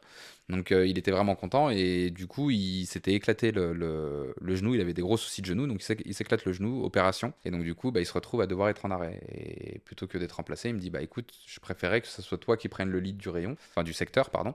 Donc rayon revêtement de console, rayon sanitaire, plus rayon aménagement, donc tout ce qui est aménagement, dressing, etc. Et je lui dis, bah vas-y, go, je prends. Il me dit, par contre, tu n'auras pas de lettre de mission, rien du tout. En gros, c'était vraiment, voilà, si tu fais tes preuves, potentiellement, ça débouchera sur quelque chose. Et là, je mets toutes mes chances, j'en voulais, j'avais les dents longues. Et je me suis dit, si je fais bien le taf, on me récompensera, quoi. On me Ouais. récompensera bien. Et donc, je cartonne tout. Pareil, je fais des heures pas possibles, me retrouve avec des cernes. Je suis un grand malade, mais vraiment grand malade. Je passe même mes jours de repos, des fois, j'allais pour aller bosser, etc. Mais je fais vraiment tout pour y arriver. Et c'est là où j'ai été confronté pour la vraie première fois au monde du travail, surtout aux enfoirés du travail, aux managers toxiques. J'avais un directeur qui était hyper content quand je faisais tout. Je me battais sur tout, etc. Et quand mon chef de secteur revient, on me met une petite tape sur le dos en me disant c'est bien. Je dis bah non, c'est pas, on va pas s'arrêter Ouais. à une petite tape Tout sur ça le pour dos en ça. disant c'est bien. Et donc, en gros, quand j'évoque le fait de pouvoir passer chef de secteur, on me dit ouais, mais c'est trop tôt, la Zoubir. On me dit c'est beaucoup trop tôt, t'es trop jeune. Je dis ouais, mais en fait, j'ai tenu un secteur, tu vois, pendant plusieurs mois. J'ai fait le taf, le Ouais. secteur a super bien tourné, donc j'estime que je suis en capacité de le faire. Ouais, mais non, on en reparlera dans 1 ou 2 ans. Et là, grand coup de massue derrière la tête. Alors, il avait certainement raison, peut-être que j'étais trop jeune, mais sur le moment, non. Pour moi, tu vois, Hmm. j'étais prêt, quoi. J'étais prêt à endosser le truc. Et donc, ça m'a un peu cassé. Et au même moment, du coup, ma sœur qui s'était barrée de Chalon et qui s'était remariée, qui s'était complètement émancipée, qui était sortie un petit peu, pareil, bah, du joug de mon père, etc. Et de tout ce qui l'enfermait, était partie en Charente-Maritime et avait rencontré un mec qui avait des franchises de salle de sport. Et là, c'est Nouveau tournant. nouveau tournant et ton arrivée un peu dans le sport, Ouais, ouais, dans le monde en tout cas du travail dans le sport. c'est ça, Et exactement. c'est quelque chose que tu visais un peu plus jeune ou pas du tout? Pas du tout, pas du tout. Quand j'étais gamin et qu'on me voyait évoluer au karaté, on me disait tu vas avoir une grande carrière. Ouais, sauf qu'une carrière au karaté, ça payait pas du tout. Hmm. Donc non, non, je me suis jamais vu. Je me suis dit que j'allais partir. Puis j'avais un peu lâché le sport, hein, si tu veux, avec toutes mes conneries. Je gardais des bonnes capacités athlétiques, mais j'allais pas en salle de sport. J'avais pas de pratique sportive, rien quoi. Et elle me dit, bah écoute, on aurait besoin d'un responsable de salle pour remonter un petit peu les chiffres de cette salle. Moi, elle bossait avec son mari, du coup, qui avait ces 3 franchises qui s'appelaient Edenia. Et elle me dit, bon, bah, moi, je vais être sur d'autres salles de sport. Et donc, il nous faudrait quelqu'un, un responsable de salle sur cette salle à Sainte. Et C'était donc là, à ce en moment-là, il faut quand Charente-Maritime. même que tu t'y connaisses quoi en sport. Ouais, ouais, ouais, mais c'était surtout en commerce. Ok, C'était surtout en commerce. C'était les salles de sport du type Amazonia. Tu vois, en fait, ok. c'était un ancien franchisé Amazonia. Ça s'était mal passé avec la franchise. Il avait décidé de s'émanciper et de faire en sorte de créer sa propre franchise qui s'appelait Edenia avec ma sœur, tu vois. Donc, elle était salariée de son mari, qui lui avait 4 ou 5 clubs. Et toi, tu avais des coachs un peu sous ta responsabilité, Bah etc. Ou ouais, il n'y c'était avait pas très, encore ce truc de coaching ouais, vraiment. c'était très light. On avait des coachs indépendants, donc il fallait gérer un petit peu le planning de ces coachs indépendants quand ils étaient là. Mais en réalité, en termes de management, c'était très Ouais. simple. Il n'y avait rien de bien méchant. En gros, c'était juste s'occuper d'une salle. C'était plutôt bien payé. Il suffisait juste de faire plus de contrats, d'avoir une belle image pour cette salle-là. Je dis, bon, bah écoute, je vais réfléchir. Je lui dis, écoute, je réfléchis et je vois. Et donc, je vois un petit peu. D'un autre côté, je me dis, travailler avec la famille, c'est peut-être pas la meilleure idée qui soit. Et puis, je me suis laissé tenter. Je me suis dit, Charente-Maritime, c'est beau là-bas. Ils m'ont un peu gavé À Bourg. à Bourg. J'ai bien envie de leur remettre une lettre de démission pour bien les faire chier, en espérant peut-être qu'ils me retiennent. C'est tout le cas. Ouais. Pas du tout. Posé ma lettre de démission, il m'a dit, ah putain, ça fait chier parce que t'es un super élément. Voilà, ça s'arrêtait là. Je pensais que t'allais vraiment faire une carrière chez Casto. Je lui dis, bah ouais, non, non, parce que j'ai pas apprécié l'ambiance de ce qui s'est passé, quoi. Hmm. Et donc, je quitte Castorama. Je sais plus en quelle année on est. J'ai noté 2013, 2011, pardon. Ouais, tu dois être bon J'ai parce noté que je 2011, ouais. reviens par la suite en 2013 à Dijon. Donc ouais, c'est ça. C'est bien, c'est exactement ça. Et donc je pars du coup en Charente-Maritime où là, bah, du coup, je travaille pour le mec de ma sœur et ma sœur. Et ça se passe super bien. Je fais des contrats, petits contrats pépouze. Je me retrouve même à avoir une petite maison à Ténac à côté de Sainte en location. Pas trop cher, super bien. À cet âge-là, tu te dis c'est génial. Je passe mon permis moto, j'ai ma petite moto dans le garage. Enfin, tu vois, un bon bras d'honneur à ma vie d'avant, quoi. Tu vois, Oui, parce que là, tout ça, en remettant dans le contexte que tu as quoi, 22, 23 ans par là, Ouais, ouais, c'est ouais, ça? c'est ça, exactement. Et à l'époque, j'étais avec une fille qui est venue, qui a tout quitté aussi et qui est venue emménager avec moi. Et donc, qui a mis un peu de temps avant d'arriver. Et donc, entre-temps, bah, j'étais vachement proche de mon beau-frère. Et en fait, bon, ce que j'avais pas vu, c'est qu'il se servait un petit peu de moi comme super, super ami. Par moments, ça me gênait un peu parce qu'il me disait non, non, mais vas-y, quitte ton travail, on va faire autre chose, etc. Je disais bah non, en fait, j'ai un contrat. Il gérait très mal ses dépenses. C'était un mec qui aimait bien flamber, qui aimait bien les belles voitures, qui aimait bien les belles motos, etc. Et quand mon ex à l'époque m'a rejoint en Charente-Maritime, bah, il y a eu une sacrée scission parce qu'il s'est rendu compte que bah, j'avais quand même une vie à côté et ça a commencé à se dégrader. Et ça s'est aussi dégradé parce que j'avais des ambitions bien plus grandes. Comme je te disais, j'avais les dents longues et puis bah, je m'imaginais déjà ouvrir une salle de sport. Sauf que personne n'aurait prêté de l'argent à un gamin de 22 ans. C'était 22-23 ans, c'était pas possible. Et donc du coup, les relations se sont dégradées. Ils ont par la suite, alors je suis resté jusqu'à 2013, enfin, jusqu'à 2012 au sein d'Edenia et relations qui se sont dégradées avec mon demi-frère. En même temps, j'apprends que mon père était déjà très très malade à l'époque, mais j'avais très très peu de nouvelles de lui. On m'apprend qu'il est excessivement malade, qu'il est dans un hôpital, qu'il est vraiment pas bien. Et donc je retourne à Chalon pour aller le voir, pour renouer des liens, parce que j'avais peur qu'il s'en aille et puis qu'on ait en fait gâché toutes ces années. Et effectivement, on les a complètement gâchés toutes ces années. Et je découvre mon père qui pèse moins de 50 kilos, qui est sur son lit de mort en fait. Et je me dis, bon là c'est chaud, là c'est chaud. Et donc j'essaye quand bien même d'essayer de retisser du lien, sauf que bon, bah, il parle plus beaucoup. Il y a plus grand chose à faire quoi. Voilà. Ouais, c'est un peu Et tard. donc gros tournant dans ma vie aussi, même côté émotionnel, ce truc-là, parce que bah, je m'attends à perdre mon père du coup. Et là, quand je te parle de ça, bah, tu vois, je suis entre mes 23, mes 24 ans. Ouais, c'est ça, parce que mon petit frère avait 15 ans. Donc, et puis bah, du coup, je retourne en Charente-Maritime. Je lâche complètement l'affaire avec mon beau-frère, je voulais pas me battre. On signe une rupture conventionnelle. Je dis, bon, bah vas-y, on arrête tout. Mon projet, parce que j'avais un projet, pourquoi pas d'ouvrir une salle de sport à Royan. Je vois des années après qui m'ont piqué l'idée pour ouvrir une salle à Royan. Enfin, Ok. tu vois, ça a été vraiment. Et donc j'ai complètement coupé les ponts avec ma sœur à l'époque. Très en colère à l'époque. Aujourd'hui, plus trop. On n'a plus de nouvelles, mais c'est pas. J'ai plus d'animosité si tu veux avec elle. Donc et du coup, bah, sur cette année, je perds mon père, du coup, qui décède de sa maladie. Donc ça, c'est 2013, 2012. 2012. Ouais, C'est en 2012. 2013 C'est ça. que tu quittes exactement. la Charente Tout à fait. Que je quitte. pour revenir du coup en Bourgogne, C'est ça. à Chalon. Exactement. Qu'est-ce qui a motivé ce choix-là J'imagine de tout le rapport que tu avais en Charente. Bah tout ça, j'avais plus grand chose à faire en Charente-Maritime. Si ce n'est mon ex qui travaillait encore là-bas, mais elle pouvait demander une mutation. Je perds mon père. Je me dis que, alors je suis pas hyper proche de ma mère, mais je me dis, tu vois, si je devais aussi perdre ma mère, j'aimerais bien être dans les parages. J'aimerais bien retisser un petit peu le lien avec ma famille parce que j'avais aucun lien avec ma famille, Ouais. que dalle. Ouais, c'est l'élément du décès de ton père, ça a été un peu déclencheur aussi de ce côté-là au niveau émotionnel, de C'est ça, dire bien sûr. faut prendre soin de ceux qu'on a. Ouais, ouais, j'ai renoué les liens. Je parlais pas du tout à mon grand frère. J'ai renoué les liens avec l'un de mes grands frères parce que il a géré absolument toutes les obsèques de mon père. Il a eu énormément de charges sur ses épaules et donc du coup, je l'ai accompagné un petit peu dans tout ça, même si j'ai pas été d'une grande aide. Mais tu vois, je l'ai accompagné en Algérie avec mon petit frère, etc. Parce que c'était le souhait de mon père d'être enterré là-bas. Donc on est parti là-bas. J'ai passé 5 jours hyper épuisants. Ça m'a pressé comme un putain de citron. Je suis Ouais. rentré, j'étais gazé.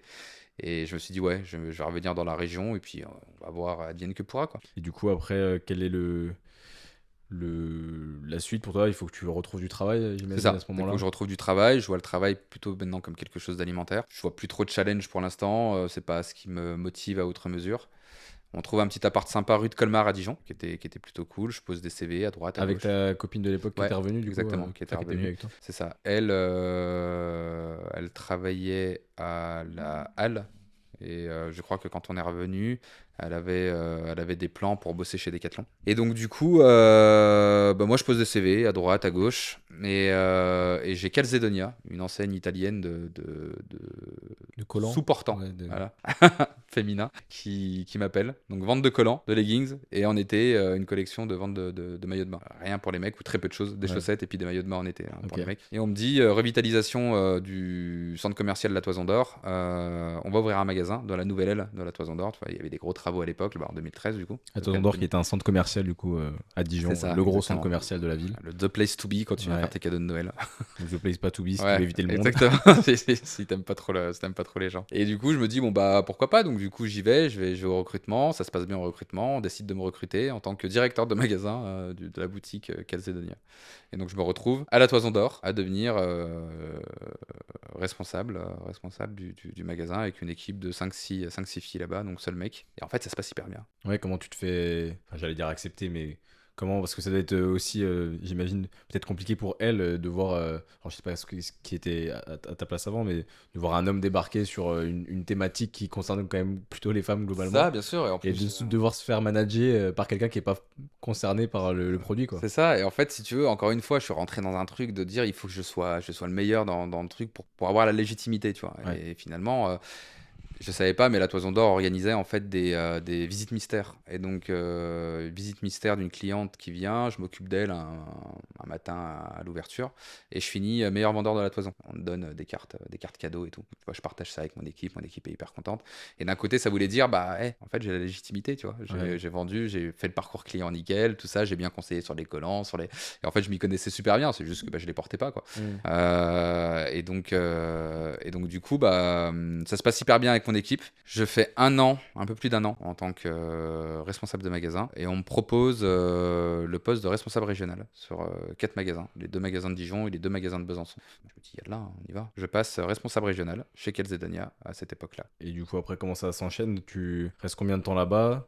Parce qu'après, tu vas avoir une autre expérience qui va être aussi pas mal importante dans ton parcours. Ouais, Comment ouais. ça s'enchaîne derrière? Pareil, je fais mes armes, je suis apprécié en tant que responsable régional, ça se passe super bien, je suis dans un monde de filles, pour autant je suis super bien accepté, c'est cool, tout se passe super bien. J'ai une collègue qui finit en congé mat, donc plutôt que de remplacer, bah, on se partage un petit peu sa zone, elle avait une grande zone avec des collègues, donc je me retrouve à avoir plusieurs magasins, donc tu vois, ce qui allait jusqu'à Nancy, Mulhouse, Ok. Châlons-en-Champagne, etc. Donc je fais le taf, et fatigué de la grande distribution, enfin pas de la grande distribution, mais fatigué du management, fatigué de courir partout. J'arrive dans une période, alors je sais plus ce qui m'avait motivé à cette époque-là. Je me souviens que je m'étais éclaté les ligaments à la cheville, donc que j'avais été en arrêt. Et le fait d'avoir été en arrêt, ça c'est complètement tout à relâché. Je me suis dit, bon, qu'est-ce que je fais de ma vie? Est-ce que je continue là-dedans, etc. Et je me dis, j'aimerais bien monter un truc pour moi, quand même, à un moment. Donc je réfléchis à pourquoi pas rejoindre une franchise. Et donc je demande une rupture conventionnelle à Calzedonia. J'ai toujours été réglo avec eux, ça s'est toujours bien passé. Ils m'ont dit, ok, ça me permettait d'avoir le chômage derrière. Et je me retrouve dans une période de chômage, de transition, où je me dis, bah, qu'est-ce que j'ai envie de faire de ma vie, quoi. Sauf que cette période, elle dure un peu, et j'arrive pas à trouver ce que j'ai envie de Ok. faire de ma vie. Ouais. Je sais pas du tout. J'ai toujours été attiré par le sport, mais je me dis, mais on vit pas du sport en fait.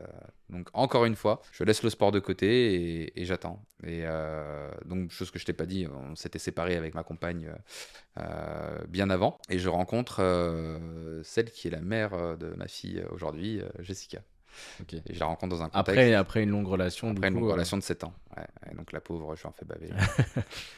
Et du coup, ouais, Ouais, élément déclencheur aussi bah, pour plein de choses, parce que finalement, tu trouves pas ce que tu veux faire professionnellement, c'est ça. mais ça t'amène sur quelque chose, sur un autre chemin. Ouais. Et quel chemin, du coup? Et bah du coup, je continue à travailler dans la grande distrib. Je rejoins une boîte. En fait, je rejoins Devred pour un affilié qui a plusieurs magasins. Pareil, il a des magasins de partout, hein. Il y a des magasins donc Chalon. Il avait des magasins jusqu'à Millau. Tu vois, Ok, ouais. il fallait que je me tape la route pour aller Ouais, jusque je vois. là-bas. Le mec, un tortionnaire, un cinglé, il me conforte dans l'idée que je suis plus fait pour être managé, surtout pas par ces gens-là en fait. Entre-temps, personnellement, avec Jess, c'était une relation qui était... on n'était pas vraiment ensemble, on se voyait, on profitait des moments l'un de l'autre, mais moi j'étais clairement pas prêt de De te réengager. réengager, ouais. Exactement. Finalement, au moment où je travaille chez Devred, on se perd un petit peu de vue avec Jess parce que je fais un peu n'importe quoi, je la fais un peu souffrir. Et je lui dis c'est mieux qu'on ne se voit plus. Donc on se voit plus pendant un long moment. La dernière fois qu'on s'est vu avec Jess, c'était à l'année de mes 30 ans, à mon anniversaire à mes 30 ans, et c'était la dernière soirée où on se voyait. Ok. Et donc du coup, moi je continue à travailler, je continue à faire mes armes. Et puis idem, le gars, en fait, ça se passe. Alors là, pour le coup, première fois de ma vie où ça se passe si mal dans une expérience professionnelle. Un mec tortionnaire qui surveille ses employés à la caméra.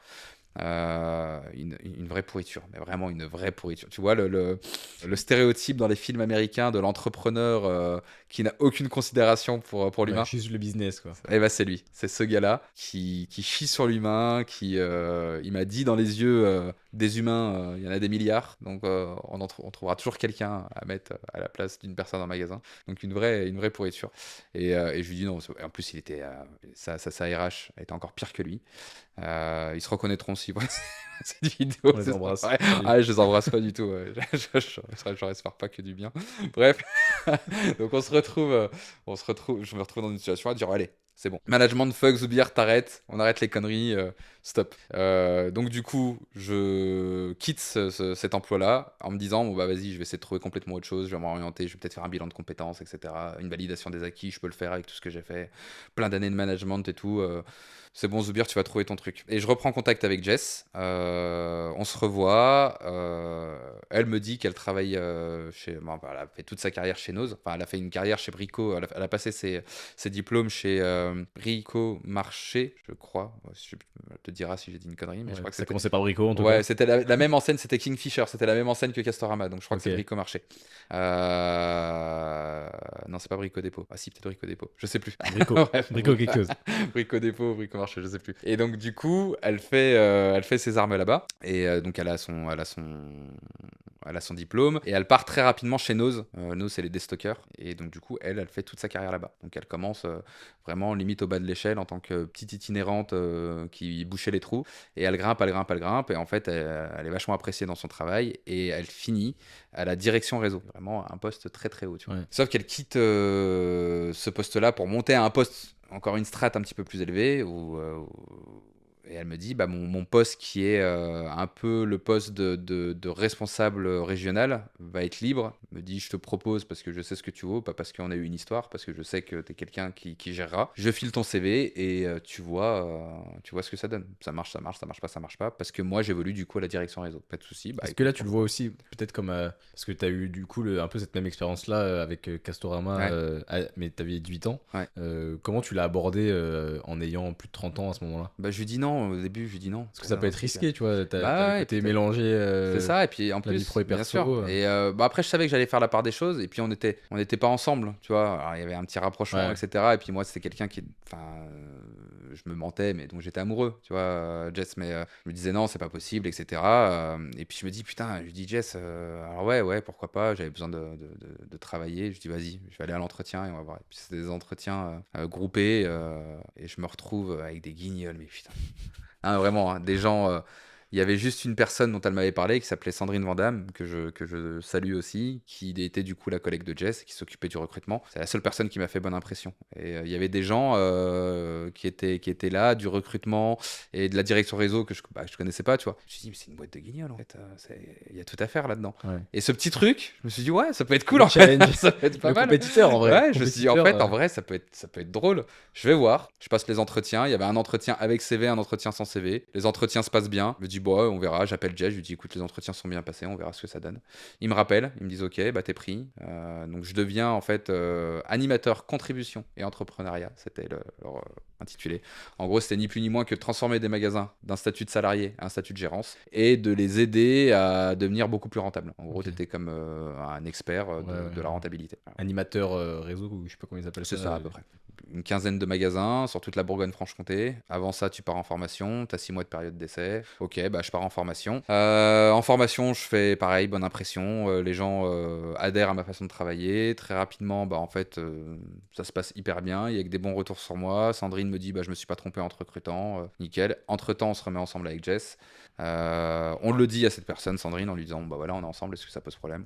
J'ai rien à secouer, vous faites ce que vous voulez de votre cul à partir du moment où le travail est fait, quoi. Ok, pas de souci. Donc je bosse. Ce qui est bien, c'est que Jess n'était pas ma responsable, c'était sa collègue qui était ma responsable. Comme ça, c'était Ouais, très ça très bien. facilite les choses. Exactement. Donc c'était sa collègue Tiffen qui était ma responsable, et du coup Sandrine. Et donc du coup, bah, je cartonne tout dans ce poste-là. Ça se passe hyper bien.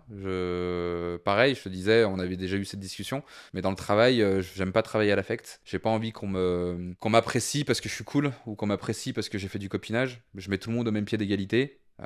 S'il y a du bon taf qui est fait, c'est cool. Si le taf est mal fait, bah, j'hésiterai pas à dire que le taf est mal fait, quoi. Ouais. Il n'y aura pas d'affect. Donc au début, on m'aime pas trop, en règle générale, dans le milieu professionnel. Et puis après, ça se passe plutôt bien. Et donc c'est ce qui s'est passé, c'est super bien passé. Et très rapidement, donc au bout d'un an, un peu plus d'un an, on me propose du coup de rejoindre la direction réseau aussi avec Jess. Je dis, bah allez, go. Donc là, vous êtes vraiment en binôme. Ouais, alors au début, quand on me propose ça, je dis non. Ok. Quand on commence à me proposer le truc, je dis non, parce que je dis, je sais très bien comment ça va se passer. Ça va être pisser dans un violon, ça va être travailler avec des gens, avec des tocards qui sont en open space et qui ont l'impression que le monde leur appartient et qui n'ont pas la réalité du terrain. Et puis ça va me gaver, en fait. Ça va me gaver parce qu'on va vouloir mettre des process en place et ça va pas marcher. Et on va nous dire non pour des raisons qui n'existent pas. Et ça va... Donc je préfère rester au contact des magasins et ça me va très bien. Donc dans un premier temps, je dis non. Et puis après, je me dis, bon, pourquoi pas. On arrive à me convaincre, on me dit l'émission va être cool, etc. allez go, j'y vais. Et du coup, ça se passe bien parce qu'on arrive à faire bouger pas mal de choses. On arrive à recruter toute la partie, enfin tous les animateurs régionaux. On arrive à avoir une vraie équipe complète. On fait des super trucs. Et en fait, il y a la période Covid qui se ramène, Qui a été fatal. qui a été fatale. Donc on se retrouve période Covid, confiné. Et avec Jess, on se dit on est bien. En Ouais. fait. On est- Même toi qui avais l'habitude de bouger un peu partout et d'être tout le temps actif. Ouais, c'est ça. En fait, c'est qu'on était tout le temps, tout le temps, tout le temps sur la route. On se tapait des kilomètres et des kilomètres. On avait des responsabilités de malade. Le chiffre d'affaires, c'était 1,5 milliard d'euros de la boîte. ça cool. C'était vraiment énorme. C'était vraiment très, très énorme. Mais ça me plaisait, hein. En vrai, ça me plaisait. Mais le fait de tout laisser retomber, je me suis dit, putain, en fait, je redécouvre ce que j'aime faire. J'ai joué de la musique, j'ai fait du dessin. On s'est vraiment posé sur nos projets avec Jess. On se disait bah, comment on voit l'avenir, etc. Et on déconfine. Et on se dit, bon, bah, vas-y, go, on reprend le boulot. Donc, un peu de mal à reprendre. Et en même temps, Sandrine qui nous annonce qu'elle se barre, quoi. Et Sandrine, pour la petite histoire, c'était une nana pareil, hein, qui avait pas sa langue dans la poche, qui disait les choses. Et j'appréciais, en fait, ça matchait bien avec elle. Et j'appréciais vraiment le truc. Et donc, du coup, je lui dis, bah, tu verras que ça va partir en vrille, Sandrine. Quand tu vas partir, tout va exploser. Tu vas me mettre des tocards à la place. Et puis, ça va être. Je dis, moi, ton poste, pour rien au monde, j'en voudrais. Mais choisissez bien, quoi. Et ils choisissent mal. Ils Ouais. choisissent Ça, très, très mal. du coup, c'est la situation que tu redoutais Ouais, avant de prendre le ouais, poste. situation que je redoutais, on se retrouve avec des tocards finis, mais vraiment des vrais tocards finis à la place. Ils prennent 3 personnes à la place de Sandrine pour faire son boulot, pour te dire Ah à ouais. quel point elle était importante, cette nana. Ok. Et ça passe plus, ça passe plus avec moi parce que moi je me retrouve avec des gars qui pensent être dans une start-up à utiliser des mots qu'ils maîtrisent pas et avec des magasins qui étaient en train de souffrir. On nous coupe plein de charges de personnel, on nous coupe plein de choses, on blinde les magasins de marchandises, on se retrouve avec des équipes épuisées. De sorte à ce que moi, des fois, j'y allais le vendredi Ah matin ouais. pour poser des palettes pour les aider, pour leur dire vous n'êtes pas tout seuls, les gars, je vais vous aider, je Attendez, suis bougez là. pas, j'étais chez Casto. Ouais, non, mais et c'est ça, donc tu vois, tu te retrousses les manches, tu prends un cutter, tu vas les aider parce que tu les vois en train de souffrir, en Ouais. train de crever la gueule ouverte. Alors c'est bien, ils sont hyper rentables, hein, mais en fait, ils sont en train de crever, les gars. Et en fait, bah, petit à petit, je leur dis, ouais, en fait, ça m'intéresse plus de bosser avec vous. Ça m'intéresse pas du tout. Donc, ce qu'on va faire, je demande à être rétrogradé sur mon poste de régional en disant, c'est dans l'optique de partir. À revenir du coup au poste où tu étais C'est avant. ça. Démerdez-vous avec vos conneries, j'ai plus envie d'en faire partie. Je dis, je me désolidarise de ce que vous êtes en train de faire. En fait, je peux pas me regarder dans la glace en disant qu'on est en train de mettre des process en place qui vont faire en sorte que des gens sortent des magasins, soient virés. Enfin, je suis pour le bien-être humain, en fait. Hmm. Et donc, du coup, ce qu'on fait, c'est que bah, je suis rétrogradé, Jess demande la même chose, on se fait rétrograder, et puis on forme la personne à notre place. Le deal était bon. On dit, écoute, Zoubir, t'es fatigué, Jess, c'est pareil, prenez vos vacances, et puis vous revenez après les vacances, on en discute. Et en revenant des vacances, on a essayé de nous faire un bon coup de Trafalgar, en nous excluant de tout. On nous dit, ok, vous allez être rétrogradé, sauf que Zoubir, tu vas prendre la zone parisienne, et Jess, tu vas prendre une autre zone. Je dis, bah non, en fait, ça se passe pas comme ça. Hmm. Non, non, on est tous co-gérants de la société, donc en fait, on va se réunir, on va en discuter. Et en fait, ça part, et puis du coup, on leur dit, bon, bah, vu qu'on est. Parce que ça va être très dur à expliquer, mais c'était un statut qui était très particulier. On n'était pas salarié, on était co-gérant assimilé salarié. Ok. Sauf que c'était ni plus ni moins que du travail dissimulé, hein, depuis le début. On leur dit, bon, bah, plus qu'on est des salariés, bah, on va faire une requalification en CDI, et puis au moins, comme ça, vous pourrez nous donner des ordres. Puis bah, là, ça part en vrille, ils décident de nous révoquer de la société, alors qu'on était les deux éléments qui avaient porté pas mal de choses sur les épaules. Ok. Et donc aujourd'hui, nous sommes en procès contre. Ouais, toujours, ok. Voilà, ça fait un peu plus de 2 ans qu'on est en Ok. procès contre Noz. Donc départ de Nose tendu, Très tendu. qui bascule du coup sur un peu le moment où tu te dis, bon, ça y est, j'ai tout fait, Ouais. est-ce que c'est pas le moment de se lancer Ouais, je me suis- enfin quoi? Ouais, là, en fait, je pense que c'était un gros manque de courage. Ouais. C'était un gros manque de courage. Est-ce qu'il n'y avait pas aussi quand même un truc, bah, malgré tout, tu reviens 5-6 ans en arrière, est-ce qu'il y avait autant de coachs indépendants? Est-ce que c'était pas plus, tu vois, dans les salles? Bah, il y a toujours eu beaucoup de coachs indépendants. Il y a toujours eu beaucoup de coachs indépendants. Maintenant, Avec ta vision peut-être moins? voilà, c'est ça. C'est-à-dire que j'avais une vision du coaching qui était complètement différente. Je voulais apporter autre chose, je voulais apporter une vraie expertise. J'en ai plein le cul de voir des coachs qui étaient juste là pour faire des body pump et des RPM. Ce qui m'attirait, c'était la préparation physique. C'était les mecs qui étaient très portés sur l'anatomie, sur la physiologie. C'était des sujets qui m'intéressaient énormément. C'était des trucs que je potassais. Au bout d'un moment, Jess me dit, mais merde, Lance-toi. Soubir, vas-y, quoi. Et au pire des cas, l'argent, ça va, ça vient, on s'en sortira. Et donc, du coup, je décide de m'inscrire à la formation BPGEPS au Krebs de Dijon. Et là, on est en 2022. En 2022, on vient tout juste de sortir. En fait, on a été révoqué en avril.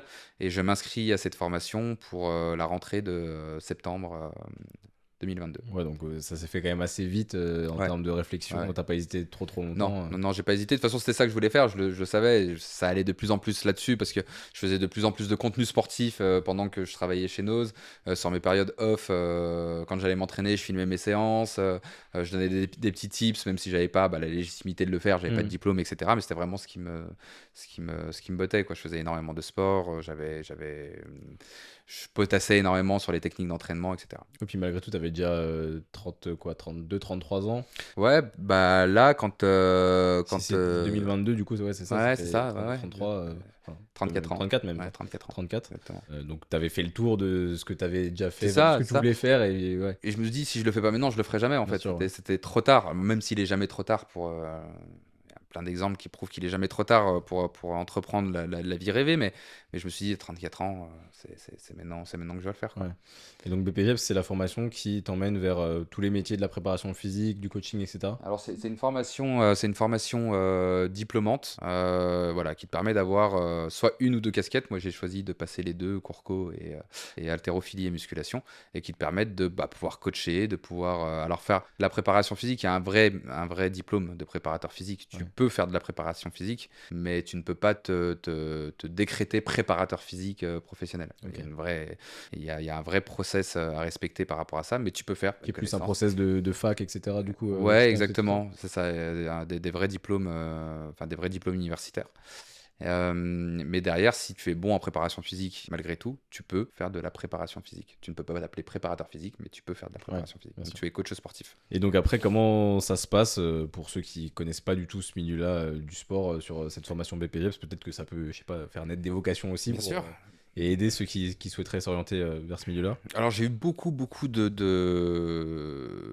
oui-dire négatifs sur, sur le diplôme préparé par le CREPS BPGEPS, parce que c'est des connaissances qui sont effectivement assez vieilles, mais ça reste un super diplôme, alors à condition de potasser à côté. Parce que sorti d'ici, tu finis avec des connaissances qui sont plutôt légères si tu n'as vraiment pas potassé énormément. Et encore une fois, moi je suis rentré dans un process de il faut que j'ai la légitimité d'être un des meilleurs coachs sportifs qui puisse exister par la suite, c'est vraiment ce que je vise. Et du coup, j'ai préparé mes tests d'entrée. Donc, il y a pas mal de tests d'entrée, des tests cardio, des tests de force, des tests d'haltérophilie. J'avais jamais touché une barre d'haltéro. Ah J'avais ouais? jamais fait d'haltéro de ma vie. Et je me suis préparé du coup quand j'ai appris que j'étais accepté, enfin que mon dossier était accepté, c'était en juin. Et donc du coup, je me suis préparé juillet et les tests d'entrée étaient en août. Et donc du coup, je me suis préparé en haltéro pour avoir mes barres, etc. Je me suis auto-formé. Donc comme je te disais, en fait, tout ce que j'ai fait, je l'ai appris tout seul. Ouais. Et donc là, pareil, j'ai regardé des tips, des vidéos d'haltérophile, comment on fait un arraché, comment on fait un épaulé jeté, etc., etc. Je me suis préparé de manière cardio et je dis à Jess, je serai le meilleur en fait le jour J, tu vois, j'arriverai, je serai le meilleur et je déchirerai tout. Et ça n'a pas loupé parce que quand je suis arrivé, j'étais un des plus vieux. On pointe un peu du doigt, un peu comme le papy de la promo, et je finis premier sur les tests d'entrée. Ok. Je finis premier sur les tests écrits, sur les tests oraux, sur les tests physiques, etc. Et donc du coup, là déjà, tu mets au diapason le truc en disant, hey, les gars. Est-ce qu'il y a pas un petit truc d'ego aussi, tu vas Si, le dire, si, si, je vais complètement. montrer quand même. Complètement, complètement. Et quand je vois, tu vois, sur les tests de course, par exemple, c'est un test qui était plutôt difficile. On a été 4 à l'avoir. Alors à la base, on est rentré, on était une soixantaine. Les premiers tests ont élagué, on s'est retrouvé une quarantaine. Et les tests après ont encore élagué, on s'est retrouvé 14. Ok. Tu vois, donc ça a été assez Ouais, difficile. ça écrème vite. C'est ça. Et donc je me retrouve là et il faut que je trouve une structure qui va m'accueillir en tant que stagiaire. Et donc là, encore une fois, putain de parcours du combattant parce qu'en fait, c'est ce qu'il y a un ami du coup qui travaille chez César, là où j'ai fait mon alternance, mon stage, m'a dit en fait, t'as fait peur à tout le monde le jour de la présentation. Quand il y avait une présentation en amphithéâtre, donc Ok. tu te présentais auprès de tous les professionnels du sport de Dijon. Ah ouais, ça fait un peu forum de recrutement C'est ça, où ils viennent exactement. pour voir. Et je me retrouve du coup à être premier sur tous les tests. Je fais une présentation qui est hyper quali, un truc en expliquant mon parcours. Et en fait, apparemment, j'ai fait flipper tout le monde et personne ne voulait me prendre parce que j'avais un passif de responsable régional, de directeur commercial. Ouais, reconversion, ils se sont dit, ça se trouve, c'est léger, c'est pas sa vocation de base. Et puis je sais pas, ouais, en fait. Et donc j'ai galéré à être pris dans des structures et finalement, j'arrive à être pris en structure chez Gigafit. et chez César CrossFit, après avoir bataillé, donc Julien, quand tu verras cette vidéo, merci de m'avoir fait galérer. Mais du coup, Julien finit par me prendre. Et puis ça a été en fait le début d'une super histoire, quoi, parce qu'en fait, au-delà du fait que ça on soit bien entendu, on est devenus potes avec Julien, on a des projets aujourd'hui ensemble, dont je te parlerai par la suite. Et ça s'est super bien passé chez César, chez Gigafit aussi, hein, je les remercie, mais j'ai passé un peu plus de temps chez César et j'ai beaucoup adhéré à leur manière de faire, à leur manière de coacher. Si vous voulez, le meilleur coach de Dijon aujourd'hui, c'est sans équivoque un Julien Babasso, et je signe. Ouais, Je signe César CrossFit, aujourd'hui. du coup, c'est une boîte Voilà. enfin une box de CrossFit sur Dijon. Ouais. Et du coup, qu'est-ce que tu fais pendant ton stage quand tu rentres dans cette box de CrossFit? Quelles sont tes missions? Comment tu mets en pratique tout ce que tu as appris? Est-ce que Bah, c'est directement par du coaching ou tu encadres des groupes, etc.? En fait, c'est ça, César, ils ont vu que ça allait bien, que je me débrouillais bien, donc ils m'ont tout de suite laissé pas mal de responsabilités. Il m'a tout de suite très vite intégré sur les cours, il m'a donné des échauffements à faire très rapidement après les cours complets. Mais en fait, je venais pas du tout du CrossFit. À la base, j'ai fait du karaté, j'ai fait de la boxe, j'ai fait des arts martiaux, j'ai touché un peu à pas mal d'arts martiaux, j'ai fait de la musculation traditionnelle et du street workout. J'arrive ici, on me demande de faire un keeping, pour ceux que ça parle, un keeping pull-up ou un keeping muscle-up. Aucun mouvement de gym, j'avais rien, tu vois. Alors, moi, je trouve, alors là, c'est juste contre le CrossFit en général, mais quand tu débarques, que tu ne connais pas le CrossFit et Ouais, que tu vois la liste de ce que tu as à faire, c'est sectaire, hein. j'ai beau parler anglais, hein, j'ai beau parler anglais, il faut quand même les connaître chez moi. Ah ouais. Et j'imagine que, enfin, je sais pas s'il y a des personnes qui se sentent pas, enfin, qui ont peut-être plus de difficultés à s'intégrer par rapport à ça, tu vois, dans des groupes. Je sais Bah, pas, après, j'imagine que les gens expliquent, tu vois, mais ouais, ouais, quand ils tu vois tout expliquent. ça, tu te dis, mais ok, j'ai beau être fluent en anglais, Ouais. je sais pas ce que c'est, tu Ouais, vois. ouais, non, non, c'est compliqué et c'est ce que César CrossFit a réussi à emmener. Ils ont réussi à faire en sorte que le CrossFit, tel qu'il était connu par le grand public, soit complètement différent de ce qu'ils apportent. Eux, Ouais, ils un peu apportent vraiment, c'est démocratisé. ça, ils apportent un CrossFit démocratisé, c'est de la santé qu'ils apportent, du bien-être à la base, et ils adaptent le niveau vraiment à tout le monde. Et tu retrouves pas ça dans d'autres box de CrossFit. Pour avoir été voir d'autres box de CrossFit, tu te sens pas aussi bien, effectivement. Alors que là, tu rentres, tu as vraiment une ambiance familiale. Thomas et Julien, donc, qui sont les deux gérants, ils ont vraiment réussi à créer cette communauté César. C'est pas communauté CrossFit, c'est vraiment communauté César. Les Ouais. gens viennent parce que c'est César, ils viennent parce que c'est eux, et tu te sens hyper bien. Et moi, le premier, moi qui venais pas du CrossFit, j'ai flippé parce que je voulais avoir la légitimité de montrer des mouvements. Ils ont été hyper patients. Ils m'ont tout expliqué, ils ont passé du temps avec moi, du temps sur les mouvements de gym, etc. J'ai tellement bossé que je m'en suis pété un triceps pendant l'année, Ok. tu vois, sur des mouvements de muscle-up, etc. Et en fait, j'ai lu, j'ai potassé, et chose que j'ai fait en plus de mes camarades au BP, c'est que toutes les phases où il fallait bosser sur ces dossiers, bah, j'ai mis en pratique, J'ai longuement échangé avec Juju, qui, comme je te dis, et je le re-signe, est un coach qui est extraordinaire, qui a des connaissances de malade, mais qui pour autant m'a appris une phrase qui est énorme, c'est ça dépend. Même si tu as toutes les connaissances possibles et imaginables, le fait de caler un entraînement, une préparation physique à quelqu'un dépendra toujours de la personne que tu auras Bien en sûr. face et de la situation et du contexte. Et donc sa phrase à lui, c'est ça dépend. Tu vas lui Ce qui est poser une vrai. question. Ce qui est vrai. Exactement. Ouais. Alors que toi, tu arrives avec toutes tes connaissances, tu te dis ouais, je sais tout, tu arrives dans une phase où je sais tout parce que j'ai lu plein de trucs. Non, ça dépend Mhm. parce que bah, cette personne-là, peut-être que ta technique d'entraînement va pas coller par rapport à son anatomie, par rapport à sa physiologie, etc. Et on a eu des longs échanges par rapport à ça. Et en fait, j'ai été hyper bien formé déjà auprès de lui, et puis par rapport à tous les bouquins que j'ai pu potasser. Et j'ai passé une année extraordinaire en fait. Et tu vois, là, bah là, dans ce que tu dis, il y a deux choses que j'ai envie de mettre un peu en lumière, mais il y a déjà le fait que quand tu dis j'ai lu en plus, tu vois, j'ai potassé plus Mm, que les autres, ça, je trouve que ça fait la diff, mais dans tous les secteurs de vie, mm. tu vois, genre, tu prends 100 personnes, bah, ceux qui en feront plus à côté, forcément, les résultats seront meilleurs et tu favorises le fait que ça te réussisse, tu vois. Ouais, ouais, ouais. Et l'autre chose, du coup, c'est quand tu parles de ça dépend, pour moi, c'est la flexibilité, tu vois, et l'adaptabilité Mm, que toi, tu as eu pas mal dans tous tes boulots avec des managers, ouais. les managers qui, en tout cas, avec qui ça a bien matché. Et je trouve que c'est deux trucs super importants, même pas que dans le boulot, mais dans tout, tu vois. Ouais, Et que quand tu as compris ça, en fait, je trouve que c'est beaucoup plus simple. Et tu ouais. arrives à avoir beaucoup plus de recul sur les choses en te disant, bah là, il faut que je me mette un peu un coup de pied aux fesses. Là, bon, enfin, je vais pas juste me. J'ai mon idée, mais je vais attendre de voir et d'avoir tous les éléments, tu vois, avant de prendre une décision ou Ouais. d'aller droit dans un chemin sans avoir tous les éléments, quoi. Ouais, ouais, bah ouais, c'est exactement ça. C'est-à-dire que tu dois en faire plus. Je suis toujours parti de ce principe-là. Si tu veux faire la différence, il faut que tu en fasses plus. Il faut que tu bosses. En vrai, c'est peut-être une phrase toute faite. Il y a des gens qui ont des facilités. Je sais que j'ai eu des facilités d'apprentissage et ça, je remercie ma composition d'être comme ça. J'ai des facilités d'apprentissage, j'ai des facilités à intégrer, ne serait-ce que sur le côté cognitif, à apprendre rapidement un mouvement ou à apprendre rapidement une méthode ou n'importe. Mais il faut quand même bosser, bosser, bosser. Et chose que j'ai faite pendant toute l'année de mon BPG, on se foutait de ma gueule. Les petits jeunes se foutaient de ma gueule parce que je bossais comme un enfoiré et que à côté de ça aussi, j'avais acheté un appartement avec Jess. Donc je bossais mes cours, en même temps je retapais mon appart tôt le matin. J'allais faire mes cours, mes stages. Le soir, je finissais de taper mon appartement. Dès que j'ai fini de retaper mon appartement parce que ça faisait trop de bruit et que ça allait se transformer en nuisance, et ben je me posais, je bouffais un sandwich ou autre, et puis en même temps, je potassais mes cours. Donc ça a été une année de malade. De retour sur le rythme 6h 21h. Ouais, c'est ça. Ouais, on Mais sait pas. du coup, pour quelque chose qui était. Enfin, je vais pas dire qui te tenait plus à cœur, parce qu'en fait, là encore, ça dépend du contexte, Mm. tu vois, parce que quand tu faisais 6h 21h chez Gasto, ça te tenait aussi beaucoup à cœur, Ouais, bien j'imagine. sûr. Ouais, ça me Donc là, plaît c'était beaucoup. vraiment aussi le côté nouveau challenge C'est ça. et l'excitation, je trouve, un peu des nouveaux projets, tu vois, Ouais, que tu as quand ouais. tu te lances dans quelque Ah chose. bah j'étais plein balle. Et tu sais que c'est ça, et tu te dis, ah, là, c'est bon, et là, mais tu peux faire des journées Bah, de 15 heures sans problème, quoi. ah bah t'es dopé là. Ouais, Ah, vraiment. clairement. Vraiment, t'as l'impression d'être dans un état. Il peut rien t'arriver. Exactement, Bon, c'est par vraiment contre, une j'étais période. éclaté, c'est pour ça que je m'étais blessé aussi au triceps, mais parce que Oui, il y a bah, forcément un moment où ça mon retombe. organisme était Mais je trouve que complètement. du coup, d'avoir ce truc-là, même si bah, tu as souvent un petit down derrière, je trouve que c'est ce qui te permet quand même de te différencier et d'arriver là où tu veux rapidement et enfin en tout cas de te mettre dans les bonnes dispositions pour que ça arrive Bien sûr, le plus tôt bien possible, tu sûr. vois. Je dis pas que c'est facile, c'est Ouais, très dur, mais tu peux y arriver à partir du moment où, comme tu dis, tu te fous dans un état bah, il peut rien m'arriver, quoi.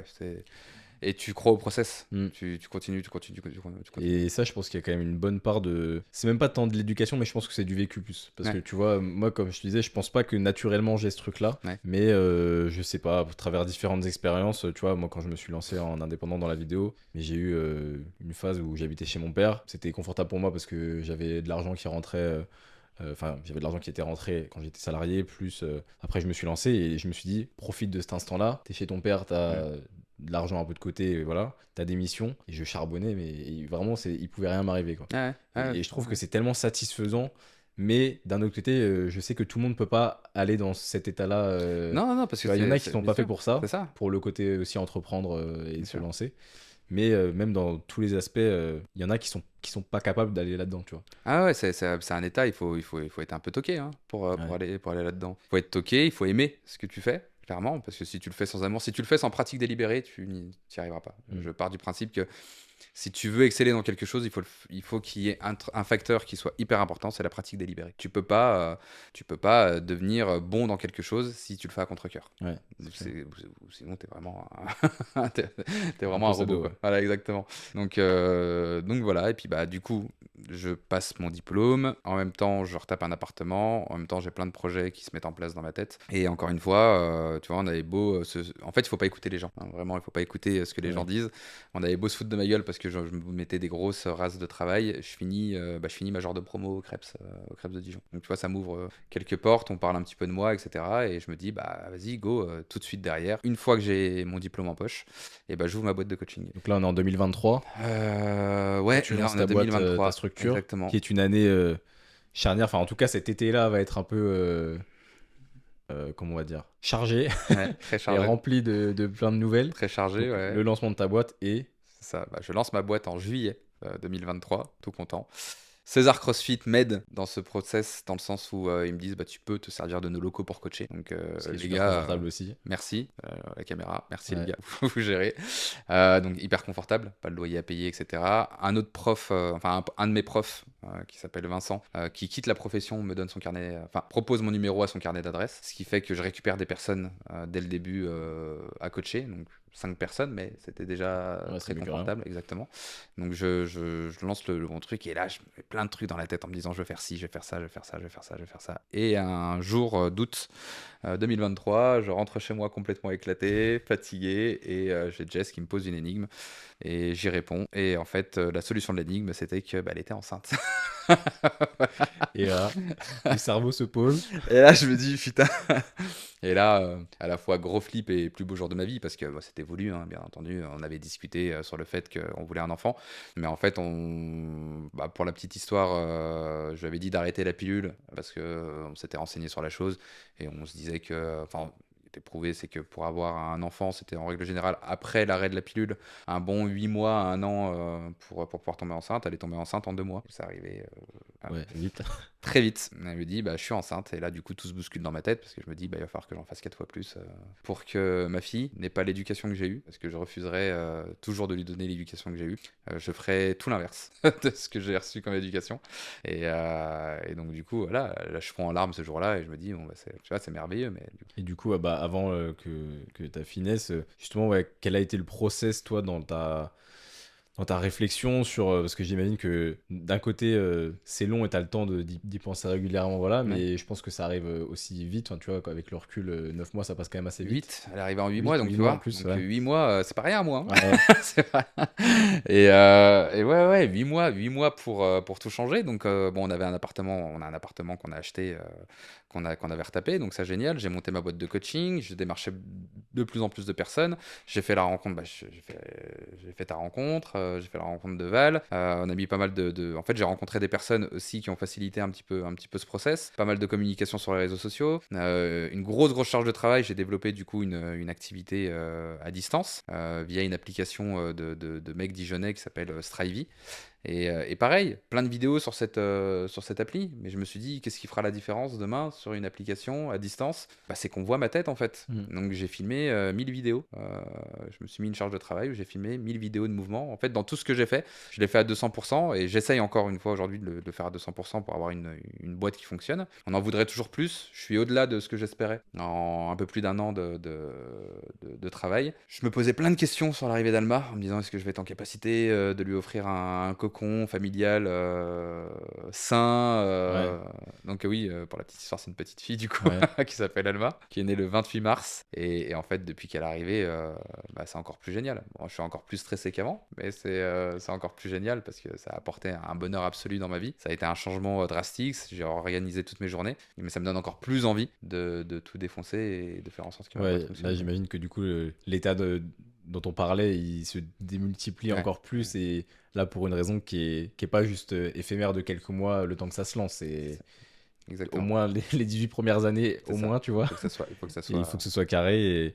Et du coup, bah, moi, je suis curieux d'avoir ton ressenti. Enfin, tu vois, tu disais que tu voulais justement pas reproduire tout ce que tu avais vécu, etc. Quels sont, toi, un peu les principes, tu vois, fondamentaux que tu as envie de lui inculquer, etc.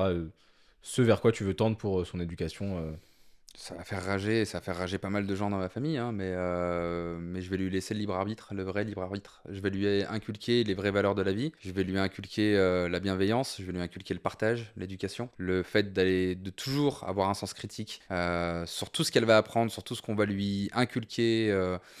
Je vais pas lui expliquer que pour moi l'école c'est le pire endroit pour façonner un humain intéressant, faire en sorte qu'elle fasse sa propre expérience, sa propre expérience là-dessus. Mais j'aimerais qu'elle fasse comme moi, qu'elle lise beaucoup, qu'elle s'intéresse à tout, qu'elle s'intéresse à toutes les religions, qu'elle s'intéresse à toutes les spiritualités, qu'elle fasse son choix et je respecterai son choix, qu'il soit bouddhiste, musulman, chrétien, elle fera absolument ce qu'elle veut. Je suis attaché à ma culture, je parle arabe couramment et donc je lui parle quasi exclusivement en arabe. Je veux qu'elle s'ouvre aussi à ça. Elle choisira de le garder ou non par la suite, elle choisira de garder cet héritage ou pas. Mais voilà, ce que tu me disais tout à l'heure, il y a une phrase qui m'a percuté de plein fouet qui est arrivée dans ma tête, je sais pas, elle s'est créée dans ma tête le jour où j'ai réalisé que j'avais une petite fille, c'est que t'es plus le personnage principal de ton histoire, en fait, t'es le personnage secondaire de l'histoire principale de quelqu'un d'autre. Et ça, je Et pense ça me que plaît. c'est quelque chose, je l'entends de quasiment tous les parents, tu Ouais, vois, et je pense que tu le réalises pas tant que c'est pas là, c'est ça. que en fait d'un coup, ta vie et bah, presque ton couple, du coup, c'est après le bonheur Exactement. de ton C'est enfant, ça. quoi. C'est ton enfant. Tu veux lui inculquer plein de choses. On fera certainement des erreurs, comme tous les parents. On fera certainement beaucoup d'erreurs, mais j'essaierai de faire en sorte qu'elle soit dans le cadre de vie le plus sain possible. Déjà, il n'y aura pas de violence au sein de mon foyer. Ce sera juste pas possible.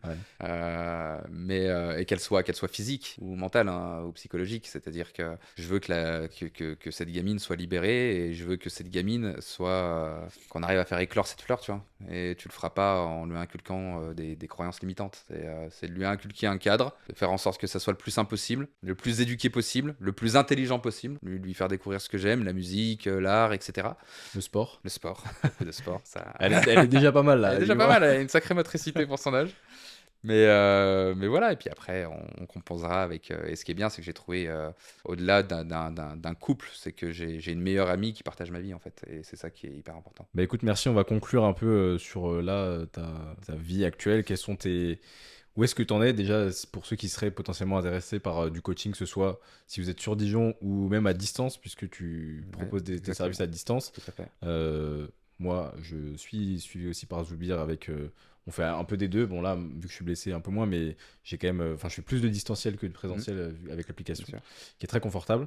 Où est-ce qu'on peut te trouver? Comment on peut te démarcher? Et puis, est-ce que là, tu as des projets, ambitions à court, moyen, long terme Ouais, qui alors arrivent? pas mal de projets. Alors déjà pour la question, on peut me trouver directement sur Instagram. Je pense que tu mettras le lien directement au niveau de cette vidéo. Donc n'hésitez pas à me contacter via Instagram. Vous trouverez un lien où il y a mon site internet, l'application avec laquelle je travaille, Stradivi. Donc je fais du présentiel, du distanciel, je fais du duo, petit groupe. Donc voilà, j'aimerais développer par la suite. Alors je m'y suis pas mis encore. Il y a deux choses sur lesquelles j'aimerais axer. C'est le baby motricity dans lequel je me suis aussi un peu spécialisé, du coup aussi avec Alma. J'ai beaucoup lu sur certaines méthodes et du travail un petit peu d'entreprise. Donc ça, c'est deux choses qui vont arriver par la suite dans l'année 2025, si tout se passe bien. Et un projet d'ouverture de salle de sport. J'aimerais avoir ma propre entité et on est en train de discuter avec les amis de César. Pourquoi pas ouvrir quelque chose, une deuxième structure sur Dijon. Donc là, on est en pleine visite de différents locaux. Il y a un local qui nous plaît, on verra si, si ça ira jusqu'au bout. Pour l'instant, c'est encore à l'état d'idée, donc rien de très concret. Et j'espère qu'on arrivera à une entité avec Zoubir et Mehdi à l'intérieur Ouais. dans l'année On 2025. fera un podcast dans 10 ans où on fera On fera le le truc. chemin à partir de là et on Exactement. verra où t'en es. Merci Zoubir pour ton temps, merci pour tous tes témoignages. Je pense qu'en vrai, il y a plein de leçons à tirer de tout ce que tu as vécu. Merci à toi, Donc Noé. j'espère que ça vous parlera, ceux qui nous écoutent ou nous regardent. Et puis merci, allez suivre Zoubir. Je vous mettrai tous les liens dans la description du podcast et de la vidéo. Venez, le compte est cool. Ouais, le compte est cool, le compte est marrant aussi et vous apprenez plein de choses. Donc voilà, merci. Et puis nous on se retrouve très bientôt pour un prochain épisode de C'est quoi sa vie? Merci tout le monde. Salut Noé. Merci d'avoir écouté cet épisode jusqu'au bout. Vous pouvez aussi venir raconter votre histoire en remplissant le formulaire dans la barre d'infos. Pensez à suivre C'est quoi sa vie sur les réseaux sociaux pour être au courant des prochaines sorties et parlez-en autour de vous si le cœur vous en dit.